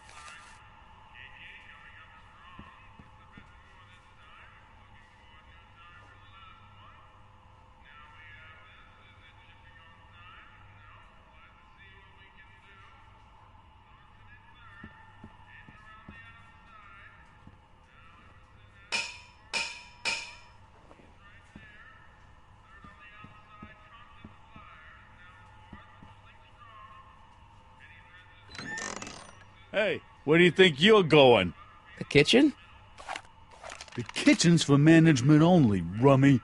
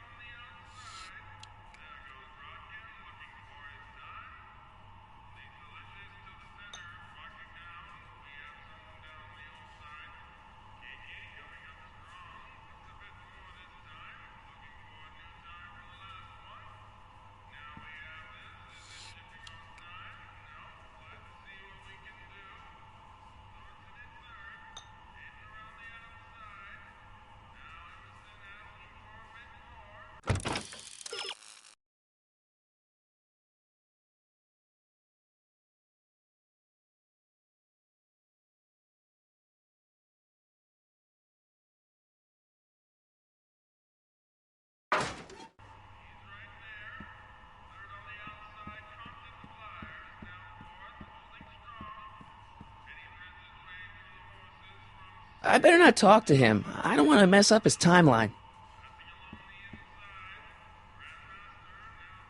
Emmett.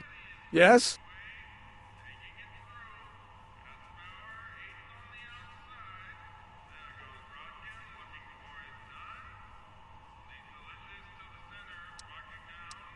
Oh, that's interesting. Just a little mechanical ingenuity. In the end, the door is open. Yeah, good job.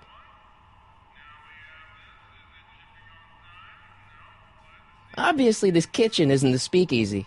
Indeed. This must be some sort of front meant to cleverly and legally obfuscate the existence of a hidden establishment of ill repute. Perhaps in the basement. Right, that might explain the elevator. We'll score that hooch somehow. I'll keep cogitating. Pretty neat, Doc. Nope. I'm still not getting through here. But at least those tables are propped up now.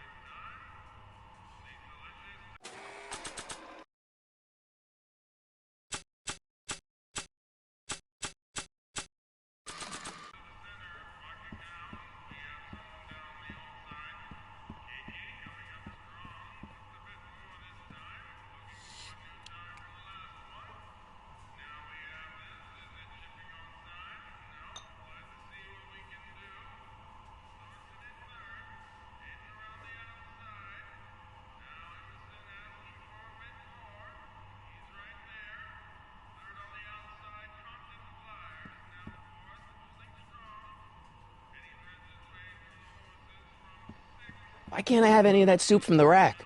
'Cause it ain't the soup dooger.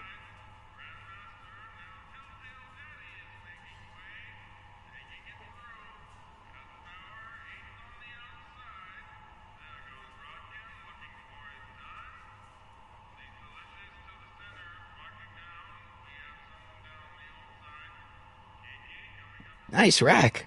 Yeah, we got all kinds of culinary enhancements back there. It's kind of blocked off there, isn't it? Yeah, but what can you do?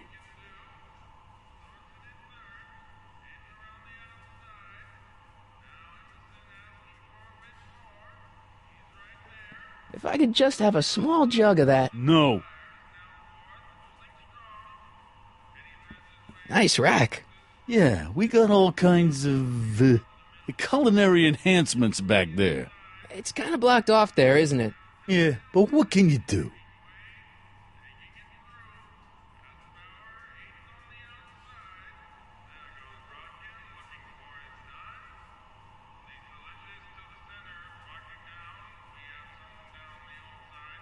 Are those all cabbage soup? Last time I checked. Don't you have any other kinds of soup? No.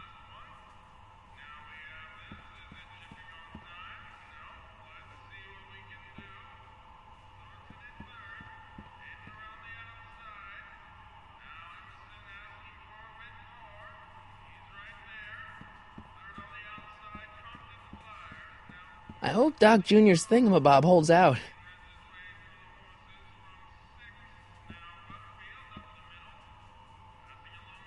I hope Doc Jr.'s thingamabob holds out.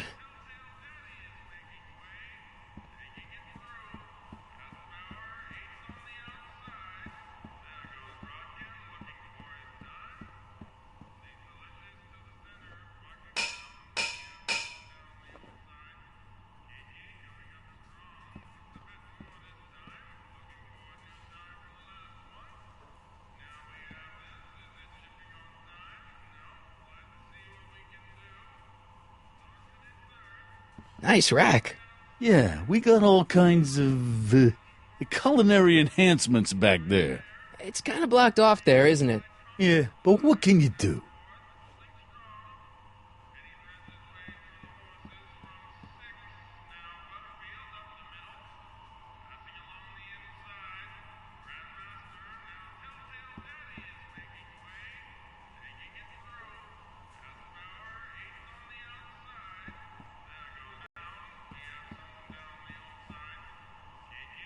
Emmett. Yes? We'll score that hooch somehow. I'll keep cogitating.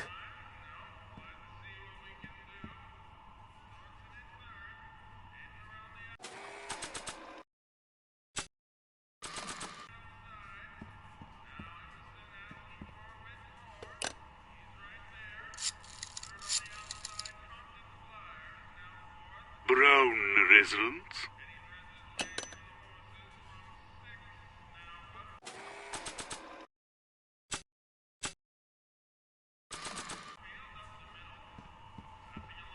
Not sure what that...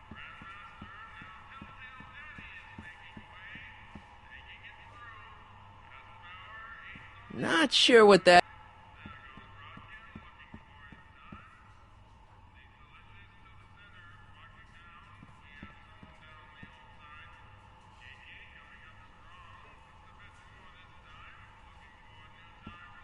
Not sure what that...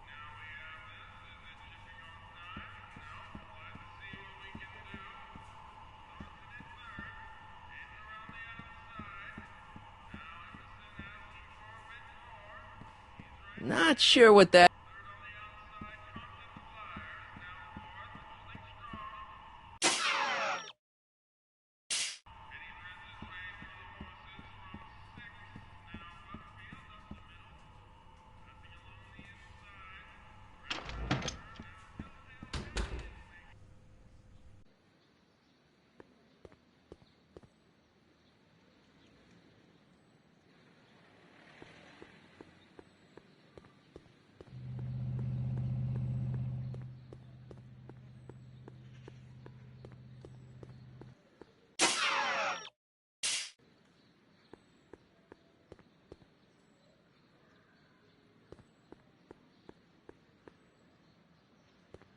Psst, Doc!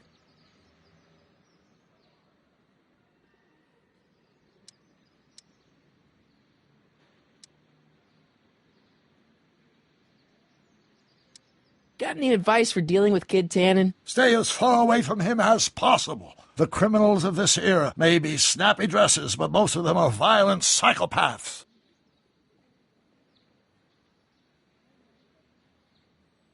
Guess what? In order to free up your younger self to complete the rocket drill, I'm gonna have to serve my own grandfather with a subpoena. Great Scott! Actually, his name's Arthur. He's Kid Tannen's accountant. Marty, whatever you do, it's vitally important that you don't alter your grandfather's future in any meaningful way. The consequences... Could be catastrophic. I know, got it.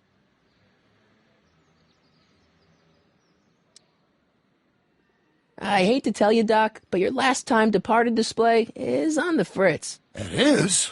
So how did you find me? I found one of Edna Strickland's shoes in the DeLorean. How did one of her shoes get in the DeLorean? Einstein took it from her. He did? How strange. Einie almost never attacks people. Not without a good reason, anyway.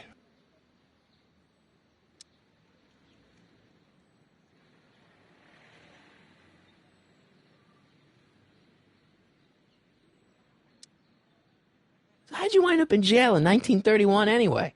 During my trip to the past, I decided to look into one of Hill Valley's unsolved mysteries. The fire at the speakeasy. Exactly.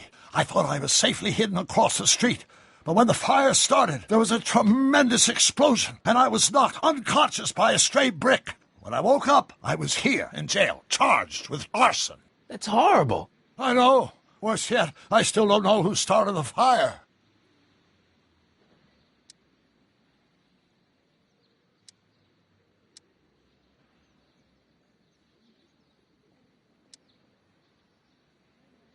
Guess who I bumped into at the soup kitchen? My grandfather. No! Don't worry, I didn't talk to him or change his future or anything. Good. I wish I could, though. This era's Tannen is treating him like dirt. Don't worry. If history plays out as it's supposed to, he'll soon be out from under Kit Tannen's thumb and free to live out his life as a humble accountant with your grandma. What was her name again? Sylvia. Right, Sylvia.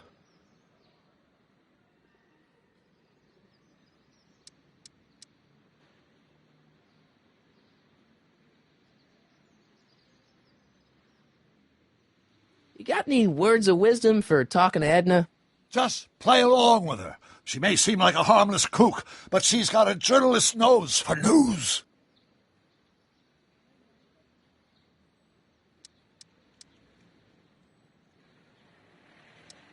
Got any advice for dealing with Kid Tannen? Stay as far away from him as possible. The criminals of this era may be snappy dresses, but most of them are violent psychopaths.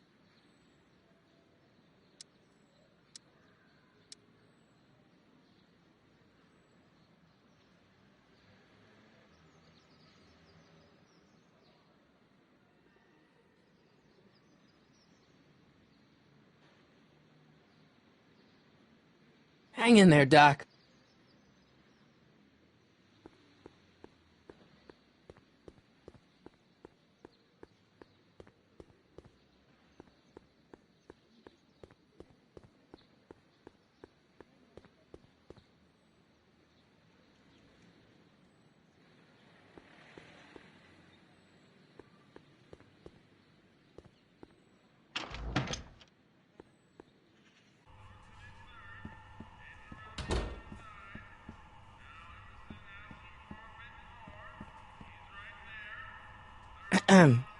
What is it, kid? So this place used to be a soup kitchen. What do you mean used to be? Despite recent changes in ownership, this joint is still available for the purposes of distributing food to the needy and the not-so-well-to-do. And no other purposes whatsoever. Right.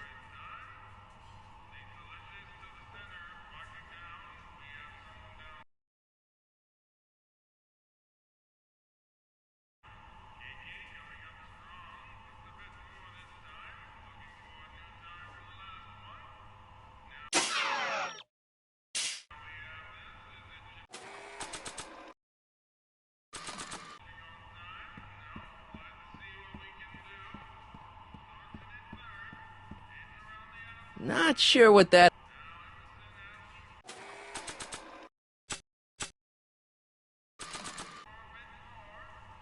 I don't want to record them right now.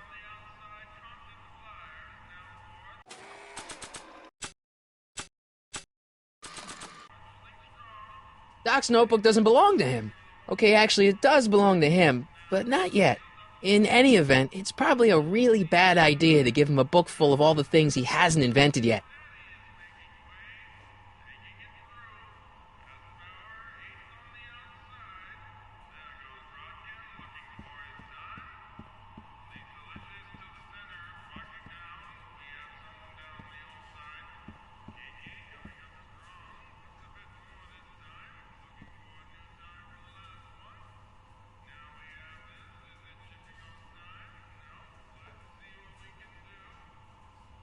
After all the trouble I went through getting this thing, there's no way I'm letting it out of my sight.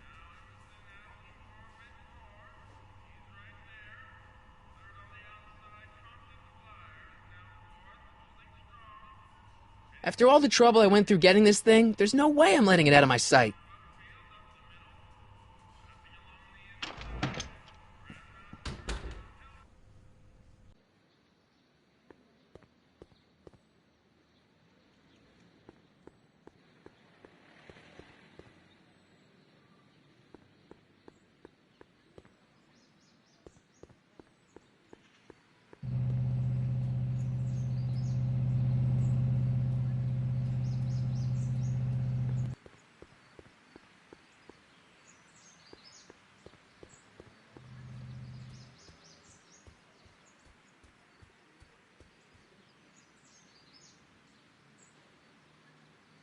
Any idea where we could find Artie?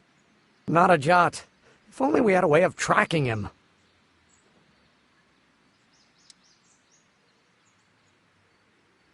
Have you read The Time Machine? H.G. Wells? Not yet, but it's on my list. We'll get that subpoena delivered.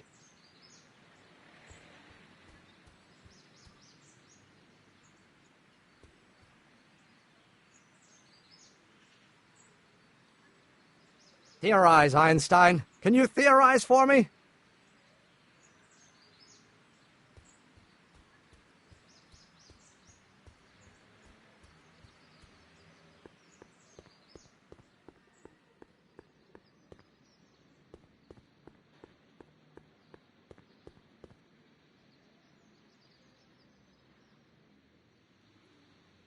I don't need to go in there anymore.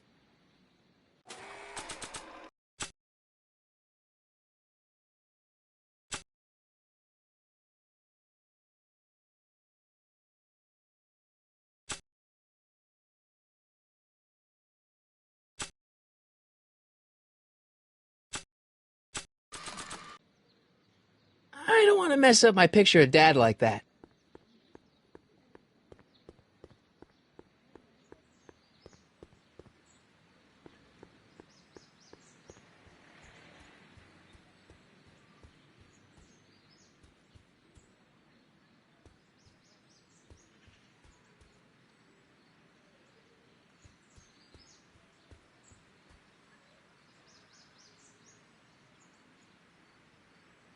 Theorize, Einstein. Can you theorize for me?